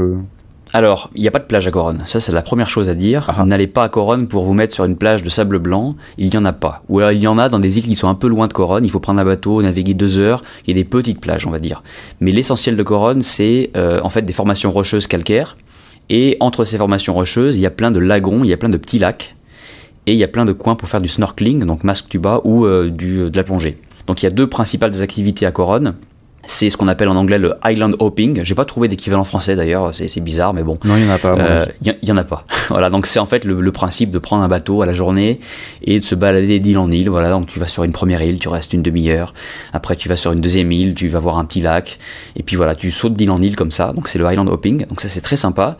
Tu peux facilement en faire pendant une grosse journée, voire 2 jours, voire 3 jours, hein, parce qu'il y a de quoi faire. Et puis la deuxième activité phare du lieu, c'est la plongée. Puisqu'en fait, cette partie des Philippines a une histoire avec la Seconde Guerre mondiale, puisqu'il y avait toute une flotte de navires ravitailleurs et de petites canonnières qui étaient cachées entre ces îles, de navires japonais. Et je crois que c'est en une seule journée, c'est exactement la date, je crois que c'est en septembre 1944, si je ne me trompe pas, où les avions alliés américains ont repéré donc toute cette flotte japonaise qui était cachée, et ils ont bombardé toute la région en 40 minutes, c'était très rapide, et tout a coulé.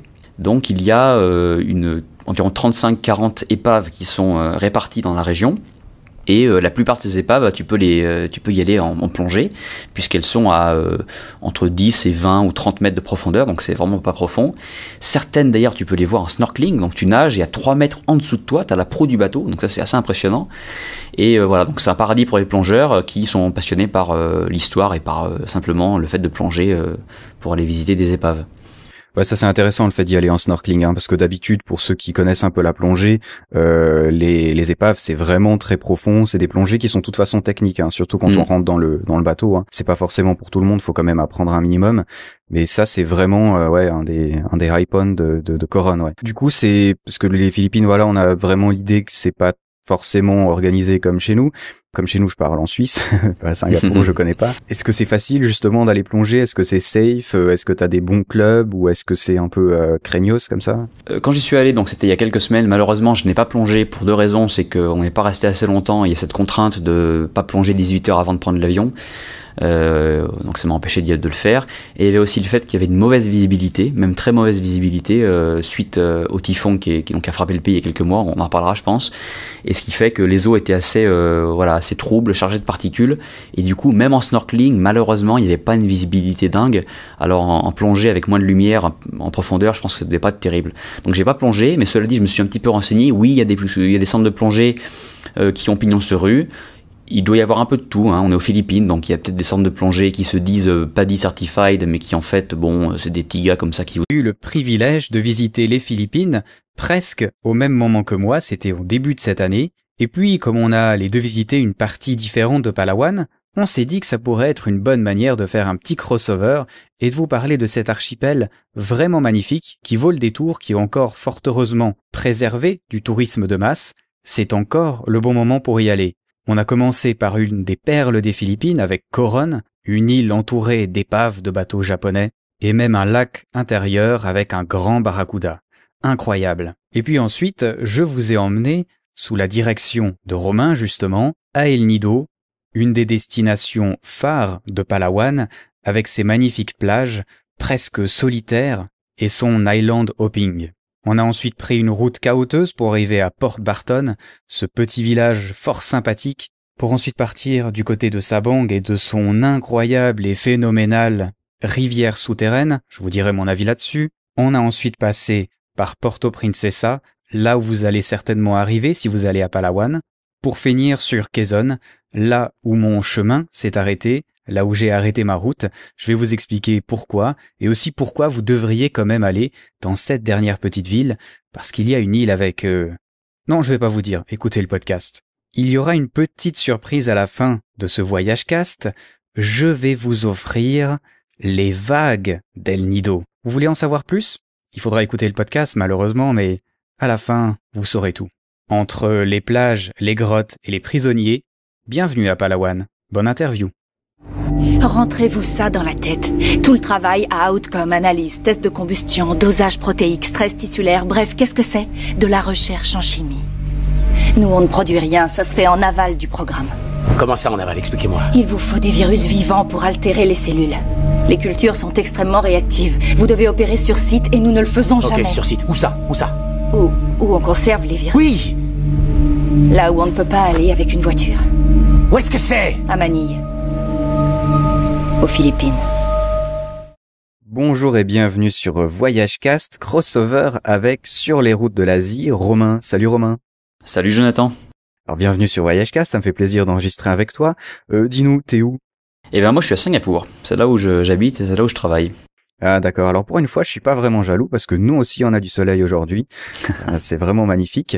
Sur les routes de l'Asie, en très très court, c'est un podcast qui parle de voyage mais seulement en Asie, c'est ça? Exactement, j'ai lancé ça en juillet 2013, ça fait pas tout à fait un an, et j'en suis à une quinzaine d'épisodes, donc c'est un magazine audio sur le thème voyage, aventure et découverte en Asie. En fait, l'idée m'est venue à la suite de discussions passionnées que j'avais avec l'aventurier Thierry Robinet, qui est un petit peu le fil rouge de l'émission comme je dis. Alors je précise qu'il est de ma famille, mais c'est pas pour ça que je l'interviewe régulièrement, mais bien parce qu'il a une connaissance incroyable sur le tourisme en Asie en général et en Indonésie en particulier, où ça fait plus de 35 ans qu'il vit maintenant. Il emmène par exemple des groupes et des équipes de télévision en Papouasie, on en parlait récemment de ça dans l'émission. À côté, bien sûr, j'essaie toujours d'avoir des invités intéressants qui ont des passions à partager sur des coins de l'Asie, qui ont réalisé un exploit. Par exemple, il y a cette Française de Singapour que j'ai interviewée récemment qui a gravi l'Everest en 2012. Voilà, donc la raison d'être du podcast, c'est d'exposer et de faire découvrir les merveilles de cet immense continent. C'est vrai que quand on commence à s'intéresser un petit peu à l'Asie, on est submergé, quoi. La diversité, la richesse des cultures, les beautés naturelles, c'est fascinant. Et puis bon, c'est là où je vis et voyage depuis 7 ans maintenant, donc ça fait aussi pas mal de sens par rapport à ça. Ok, très intéressant. On va parler un peu plus à la fin, mais c'est vraiment chouette. J'ai bien aimé ton épisode sur Hong Kong. J'ai eu envie d'y aller après ça. Alors aujourd'hui, on va parler des Philippines. On a été les deux en janvier. On s'est pas rencontrés malheureusement. On s'était pas encore mailés avant. C'est dommage. Semaines, on aurait presque failli se rencontrer. On va parler de l'archipel des Palawan, plus précisément. Et tu avais quelque chose à nous dire un peu, que ça ressemble à quoi l'archipel des Palawan des Philippines? C'est grand, c'est petit. Ouais, alors c'est important effectivement de situer un petit peu l'archipel, parce que bon, les Philippines, quand on regarde sur une carte, si vous tapez Philippines sur Google Maps, vous allez voir un petit peu le nombre d'îles. Donc je crois que c'est plus de 7000 îles dans l'archipel. Donc c'est plein d'îles découpées, déchiquetées un petit peu. Quand on zoome un petit peu, vous allez voir le nombre de petites îles. C'est assez impressionnant. Et en fait, il y a 3 grosses régions aux Philippines, pour situer rapidement. Au nord, il y a l'île de Luzon, où il y a la capitale Manille. Au centre, il y a plein d'îles. On appelle ce groupe d'îles les Visayas. Et au sud, il y a une grande île qui s'appelle Mindanao, qui est d'ailleurs assez à l'actualité assez mouvementée, parce que c'est là où il y a un peu les rebelles qui sévissent. Donc c'est une région qui est pas toujours évidente pour s'y rendre. Il y a quand même des coins où on peut aller. Et donc à côté de ça, si on regarde bien, si on dézoome un petit peu, à l'ouest, il y a une sorte de longue île qui part un peu en diagonale vers le nord de Bornéo, vers la région de Sabah, donc Bornéo partie Malaisie. Et cette longue île, toute fine et voilà assez allongée, c'est Palawan. Et autour de cette longue île, il y a d'autres petites îles, et tout ça, on appelle ça la province de Palawan, en fait. D'accord, donc c'est quand même très très grand, hein, on met pas mal de temps à la traverser. Et là, du coup, on va parler de Coron, où toi tu as été, qui se détache quand même un peu de Palawan, hein, mais ça en fait partie ou bien comment ça fonctionne? Oui, ça fait partie de la province au niveau administratif, mais c'est bien détaché, hein. Donc si on zoome maintenant sur Palawan, on va voir que la ville la plus au nord de Palawan, c'est El Nido, et si vous naviguez un petit peu plus au nord, il y a 2 grosses îles qui se détachent, dont l'île de Coron, donc c'est Kao, et ils vous amènent votre nourriture juste cuisinée, vous mangez un poisson grillé, les pieds dans le sable, ça c'est super. Franchement, c'est magique. Donc il y a l'île de Banol qui est connue notamment, et il y a plein de frangipaniers également. Donc il y a plein de feuilles de frangipaniers qui tombent sur la plage. Donc c'est super. Moi je m'étais amusé à faire. Bon évidemment dans ces moments-là on n'a rien à faire, donc je me suis amusé à écrire Coron avec des feuilles de frangipaniers. Voilà, ça m'a amusé un petit moment. Bon, on a tous fait ça, hein, écoute. Après tout, pour une fois qu'on est sur une île, sur une plage déserte, autant profiter à s'amuser à faire des trucs un peu débiles. Hein. Ouais. Mais c'est cool, c'est génial. Enfin, en tout cas, moi, je regrette de pas avoir pu y aller, mais c'est vrai que c'était le problème d'aller à Coron, c'est vrai qu'on perd beaucoup de temps en fait. Parce que on perd limite une journée d'avion en fait, parce que même si le vol est court depuis Manille, on va perdre du temps à l'aéroport, on va s'organiser, on va devoir arriver, aller à l'hôtel et tout ça. Depuis El Nido, on en parlera après, mais il y a quand même 9 heures de navigation qui sont pas forcément évidentes, donc ça prend vite 3 jours en restant seulement une seule journée à Coron, ce qui est très court, quoi. Donc c'est vrai c'est peut-être dans les séjours un peu plus longs, je pense qu'on peut en profiter beaucoup plus, quoi. Mais ça a l'air vraiment magnifique et c'est quand même une des perles des Philippines. Hein. Exactement, oui, c'est reconnu pour être une des perles des Philippines. Quelque chose que j'ai pas dit qui est important, et tu parlais de durée de séjour, etc., qu'il faut quand même savoir, c'est qu'il faut pas faire l'erreur, comme je l'ai fait le premier jour d'ailleurs, d'aller trop tard à l'embarcadère pour prendre les bateaux. Parce qu'ils partent très tôt les bateaux. Enfin, quand je dis très tôt, c'est relatif, mais il faut y aller entre 7 et 8 heures. Si vous faites petit déjeuner, que vous prenez un peu votre temps, et qu'à 9 heures vous dites allez, on y va, il y a de grands risques et plus de bateaux. Petite note sur les Philippines, justement, dans le sens plus général, généralement les transports partent très tôt le matin. C'est le cas des jeepneys, c'est le cas des vannes, c'est le cas de beaucoup de choses finalement. Beaucoup, même dans la montagne, hein, si tu vas du côté de Luzon, les jeepneys partent autour des 6-7 heures du matin pour justement éviter d'être dans l'après-midi, dans la chaleur, je pense, puis aussi pour prévoir, je suppose, les longs trajets, puis les catastrophes qui peuvent arriver entre deux, parce qu'on tombe souvent en panne aux Philippines. Et c'est vrai que, en tant que touriste, il faut juste, il faut partir très tôt, en fait. Ouais, il faut le savoir, parce que si vous le savez pas et que vous arrivez trop tard et qu'on vous dit plus de bateau pour la journée, quand t'as perdu ta journée. Là, t'as foutu ta journée, t'es à Coron-Town, il n'y a pas grand chose à faire. C'est un peu dommage, quoi. Ouais. Ceci dit, à El Nido, hein, on est parti justement en bateau, on est tombé en panne, on est resté bloqué toute la journée sur une île et on a été content de partir tôt justement, parce que si tu dois rentrer le soir sur ton petit bateau dans la nuit sans rien, ouais, ça doit être moyennement safe, quoi. C'est vrai que c'est un bon point auquel on pense pas tout le temps. Donc voilà, donc Coron c'est très sympa. Les épaves, donc je les ai pas plongées, mais il y a de quoi faire. Si vous êtes fan de plongée, voilà, il y en a une quinzaine, je crois qu'on peut aller voir. Certaines seulement snorkeling et puis d'autres où il va falloir prendre les bouteilles. Mais sympa, des épaves qui font d'ailleurs, il y en a qui font je crois jusqu'à 100 mètres, hein, donc c'est quand même assez important. Et il y a un restaurant que vous pourrez pas rater qui est à Coron Town, qui est pas loin d'ailleurs de l'embarcadère, qui s'appelle le Bistrot ou The Bistro. Donc voilà, comme vous pouvez l'imaginer, c'est un restaurant de nourriture plutôt occidentale, qui a dans le restaurant au fond un tableau qui montre où sont toutes les épaves en fait. Donc c'est une carte dessinée de Coron et des environs, et ça montre où sont toutes les épaves, et elles sont reproduites avec l'échelle, donc on voit un petit peu les gros bateaux où ils sont, les petits bateaux où ils sont, etc. Avec un petit peu d'histoire pour chaque bateau. Donc on voit celui-là, voilà, c'était un ravitailleur qui faisait ça et ça, et vous voyez combien il y avait d'équipage, qu'est-ce que le bateau faisait en fait, et puis voilà, vous avez un peu l'histoire.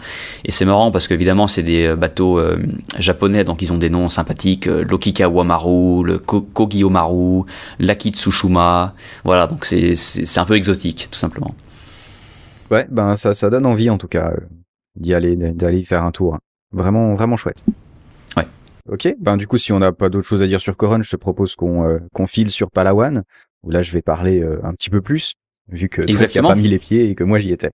Bah voilà, donc ça me donne l'occasion du coup de retourner les rôles. Hein. Donc Jonathan, VoyageCast, un cher confrère du podcasting, puisque tu as aussi un podcast. Parle-nous en 2 mots de VoyageCast. VoyageCast, ben c'est un podcast que je fais depuis bientôt 2 ans, que je dois être à 47 ou 48 épisodes enregistrés. Il sort chaque 2 semaines, comme le tien. Où pour le coup, je m'intéresse pas seulement à l'Asie, je m'intéresse au monde, on va dire. Où du coup, je suis peut-être un peu plus général. Où on a plutôt fait des pays. Pour l'instant, toi, tu t'es intéressé à des villes, ce qui est intéressant quand on va vraiment dans des pays. Et à chaque fois avec des voyageurs différents, ils sont journalistes, blogueurs, podcasteurs, hommes de radio, écrivains, enfin plein de gens comme ça qui nous racontent leur voyage, qui donnent des conseils.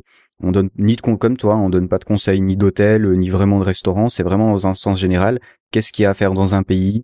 Comment sont les gens? Qu'est-ce qu'on y mange? Qu'est-ce qu'il y a à faire? Puis après, il y a des thèmes qui sont un peu plus spécifiques. Par exemple, voyager en famille, voyager en autostop, ou un petit peu de philosophie de voyage aussi de temps à autre. Vraiment, le voyage dans le sens large. L'idée, c'est vraiment, t'écoutes VoyageCast, tu fermes les yeux et pendant 1h30, ça te permet de t'évacuer un peu du monde autour de toi, voyager en audio, quoi. Enfin, on a le même concept finalement. Hein. Bon. Ouais, je confirme. Et puis, comme je suis auditeur, je valide ce que tu dis sur VoyageCast. Un très bon podcast. On essaye. Bon, bah, c'est super. Alors, toi, tu es parti aux Philippines il y a pas très longtemps, je crois, il y a quelques mois, non? Bah, justement, j'y étais depuis mi-décembre jusqu'à mi-janvier. J'ai fait 1 mois là-bas à peu près, dont 2 semaines et demie, 2 semaines et demie sur Palawan, et puis après j'ai été sur Luzon où j'ai été voir les rizières en terrasse, dont j'essaierai de parler aussi dans un prochain podcast parce que c'est hyper intéressant. Mais vraiment je suis resté 2 semaines et demie à peu près sur Palawan. Ouais. Donc ça veut dire qu'il y a beaucoup de choses à voir, parce que 2 semaines et demie sur cette île qui paraît petite de loin, mais quand on zoome elle est quand même très allongée. J'imagine que t'as dû en faire des choses.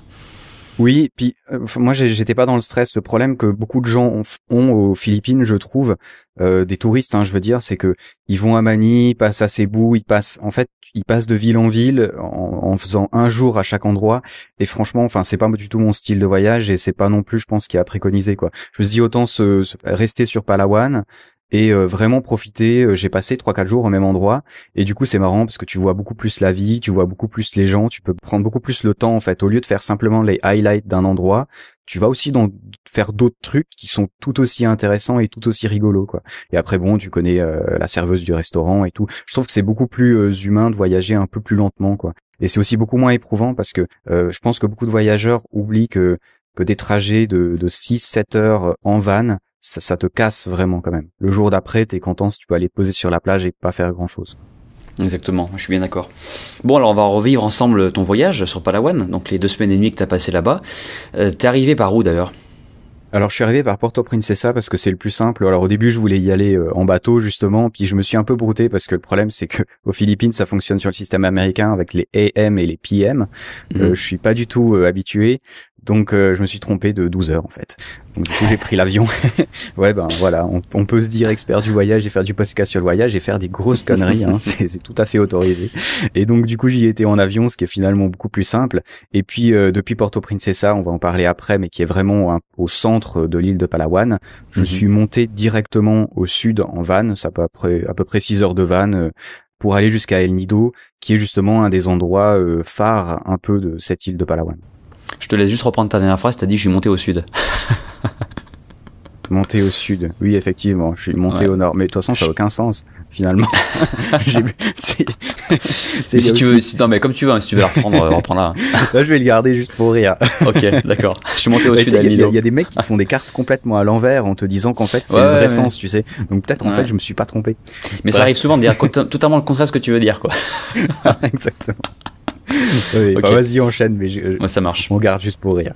Ouais, donc El Nido a un joli nom d'ailleurs. Qu'est-ce qu'on peut y faire et y voir à El Nido? Je crois qu'il y a des plages, non?